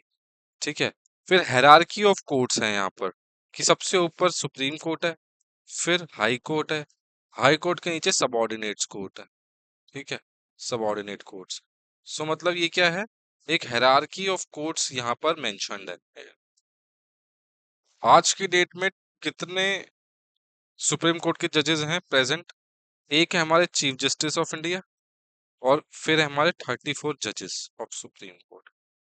ठीक है, ये किस कहाँ पे मेंशन्ड है, ये आर्टिकल 124 सब क्लॉज 1। इनको ओथ कौन दिलाता है, अब ओथ जो है वो प्रेसिडेंट ऑफ इंडिया ही दिलाते हैं इनको। ओथ कौन दिलाता है, प्रेसिडेंट ऑफ इंडिया। ये तो रूल ही है, मतलब कोई भी कॉन्स्टिट्यूशन का ऑफिस है उनको ओथ कौन दिलाएगा, प्रेसिडेंट ऑफ इंडिया। अपॉइंट कौन करेंगे, प्रेसिडेंट ऑफ इंडिया। और जिनको अपॉइंट प्रेसिडेंट ऑफ इंडिया करते हैं उनको रिमूव करने की पावर भी प्रेसिडेंट ऑफ इंडिया के पास ही रहती है। देन की क्वालिफिकेशंस देख लेते हैं भाई, कि भाई क्वालिफिकेशंस क्या होनी चाहिए एक हाई कोर्ट सुप्रीम कोर्ट के जज की। सबसे पहले तो वो सिटीजन होने चाहिए इंडिया के। देन सिटीजन ऑफ इंडिया के साथ साथ 5 साल तक हाई कोर्ट के जज हों तो, या फिर हाई कोर्ट के एडवोकेट रहे हों 10 साल के लिए, या फिर डिस्टिंग्विश जूरिस्ट हों in the eyes of opinion of president. President के मद्देनजर वो एक डिस्टिंग्विश जूरिस्ट। तो यहाँ पर कोई मिनिमम एज नहीं दी गई है। ठीक है, क्वालिफिकेशंस में कोई मिनिमम एज नहीं दी गई है। और रिटायर कब होंगे, सेम 65 ईयर्स ऑफ एज। और रिमूवल के प्रोसीजर कहाँ पे है, एक तो जजेस इंक्वायरी एक्ट ऑफ 1968, और रिमूवल कहाँ पे लिखा हुआ है, आर्टिकल 124 सब क्लॉज 4। और रिटायर या फिर रिजाइन, रिजाइन अगर आए कभी, रिजाइन कहाँ पे कौन से में लिखा हुआ है, 124, आर्टिकल 124 सब क्लॉज 2, जहाँ पे ये रिटायरिंग एज भी दे रखी है इसी के अंदर ही। ठीक है, कभी कभी वन लाइनर क्वेश्चन ऐसे पूछ लेते हैं कि भाई acting chief justice of India जो है उनका आर्टिकल कौन सा है। आर्टिकल 126 में आते हैं acting chief justice of India. Then ad hoc जज बनाना है अगर किसी को, सो वो पावर है 127 के अंदर लिखा हुआ है। रिटायर्ड जजेस से काम लेना है तो आर्टिकल 128। और अगर हम क्वालिफिकेशंस की बात करें हाई कोर्ट के जजेस की, सो वो आती है भाई आर्टिकल 217 से। ठीक है, आर्टिकल 217 से आती है क्वालिफिकेशन ऑफ हाई कोर्ट जजेस। सो सेम चीज है कि वो सिटीजन होने चाहिए, 10 साल का जुडिशियल ऑफिस होना चाहिए, 10 साल का जुडिशियल ऑफिस होना चाहिए। इसका मतलब क्या है कि वो किसी भी जुडिशियल ऑफिस में कार्यरत होने चाहिए 10 साल के लिए, या फिर एडवोकेट हो 10 साल के। ठीक है, 10 साल तक एडवोकेट हो वो किसी भी हाई कोर्ट में, किसी भी हाई कोर्ट के 10 साल से वो वकालत कर रहे हो। ठीक है, अब यहाँ पे एक इम्पोर्टेंट पॉइंट क्या होता है कि सुप्रीम कोर्ट के जजेस में एक स्पेशल पॉइंट था डिस्टिंग्विश जूरिस्ट। लेकिन यहाँ पर कोई भी डिस्टिंग्विश जूरिस्ट की क्वालिफिकेशन नहीं दी गई है। कोई भी यहाँ पर एज नहीं है, मिनिमम एज कोई नहीं है। ठीक है, कोई भी मिनिमम एज नहीं दी गई है। जैसे वहां पे acting acting chief justice of India थे, ऐसे यहाँ पे acting chief justice of high court का आर्टिकल है आर्टिकल 223। रिटायर्ड जजेस के लिए है आर्टिकल 224A, कि रिटायर्ड जजेस को भी अगर एज अ जज अपॉइंट करना है तो आर्टिकल 224A के अंदर कर सकते। एडिशनल या फिर एक्टिंग जजेस को अपॉइंट करना है तो वो है आर्टिकल 224। सो ये सब था भाई सुप्रीम कोर्ट और हाई कोर्ट के बारे में। सो यहाँ पे हमने पॉलिटी कर ली है बहुत अच्छे से। ठीक है, उम्मीद करता हूँ कि आपको बहुत कुछ यहाँ पे समझ में आया होगा, बहुत सारी इन्फॉर्मेशन है यहाँ पर। सो अच्छे से इस वीडियो को 2-3 बार आप देखोगे, बहुत अच्छे से आपको चीज़ें समझ में आ जाएंगी। अपने नोट्स बना के रिवाइज करिए, ताकि नेक्स्ट टाइम ये 2 घंटे की या 2.5 घंटे की वीडियो जो है वो आपको सिर्फ 10 मिनट के अंदर रिवाइज हो जाए। जब आप इतना सब कुछ पढ़ लोगे और इस 2 घंटे की वीडियो को 2.5 घंटे की वीडियो को अगर जब आप 10 मिनट के अंदर रिवाइज कर लोगे तो आप अच्छे से तैयार हो जाओगे अपने एग्जाम्स के लिए। सो ऑल द बेस्ट, जय हिंद।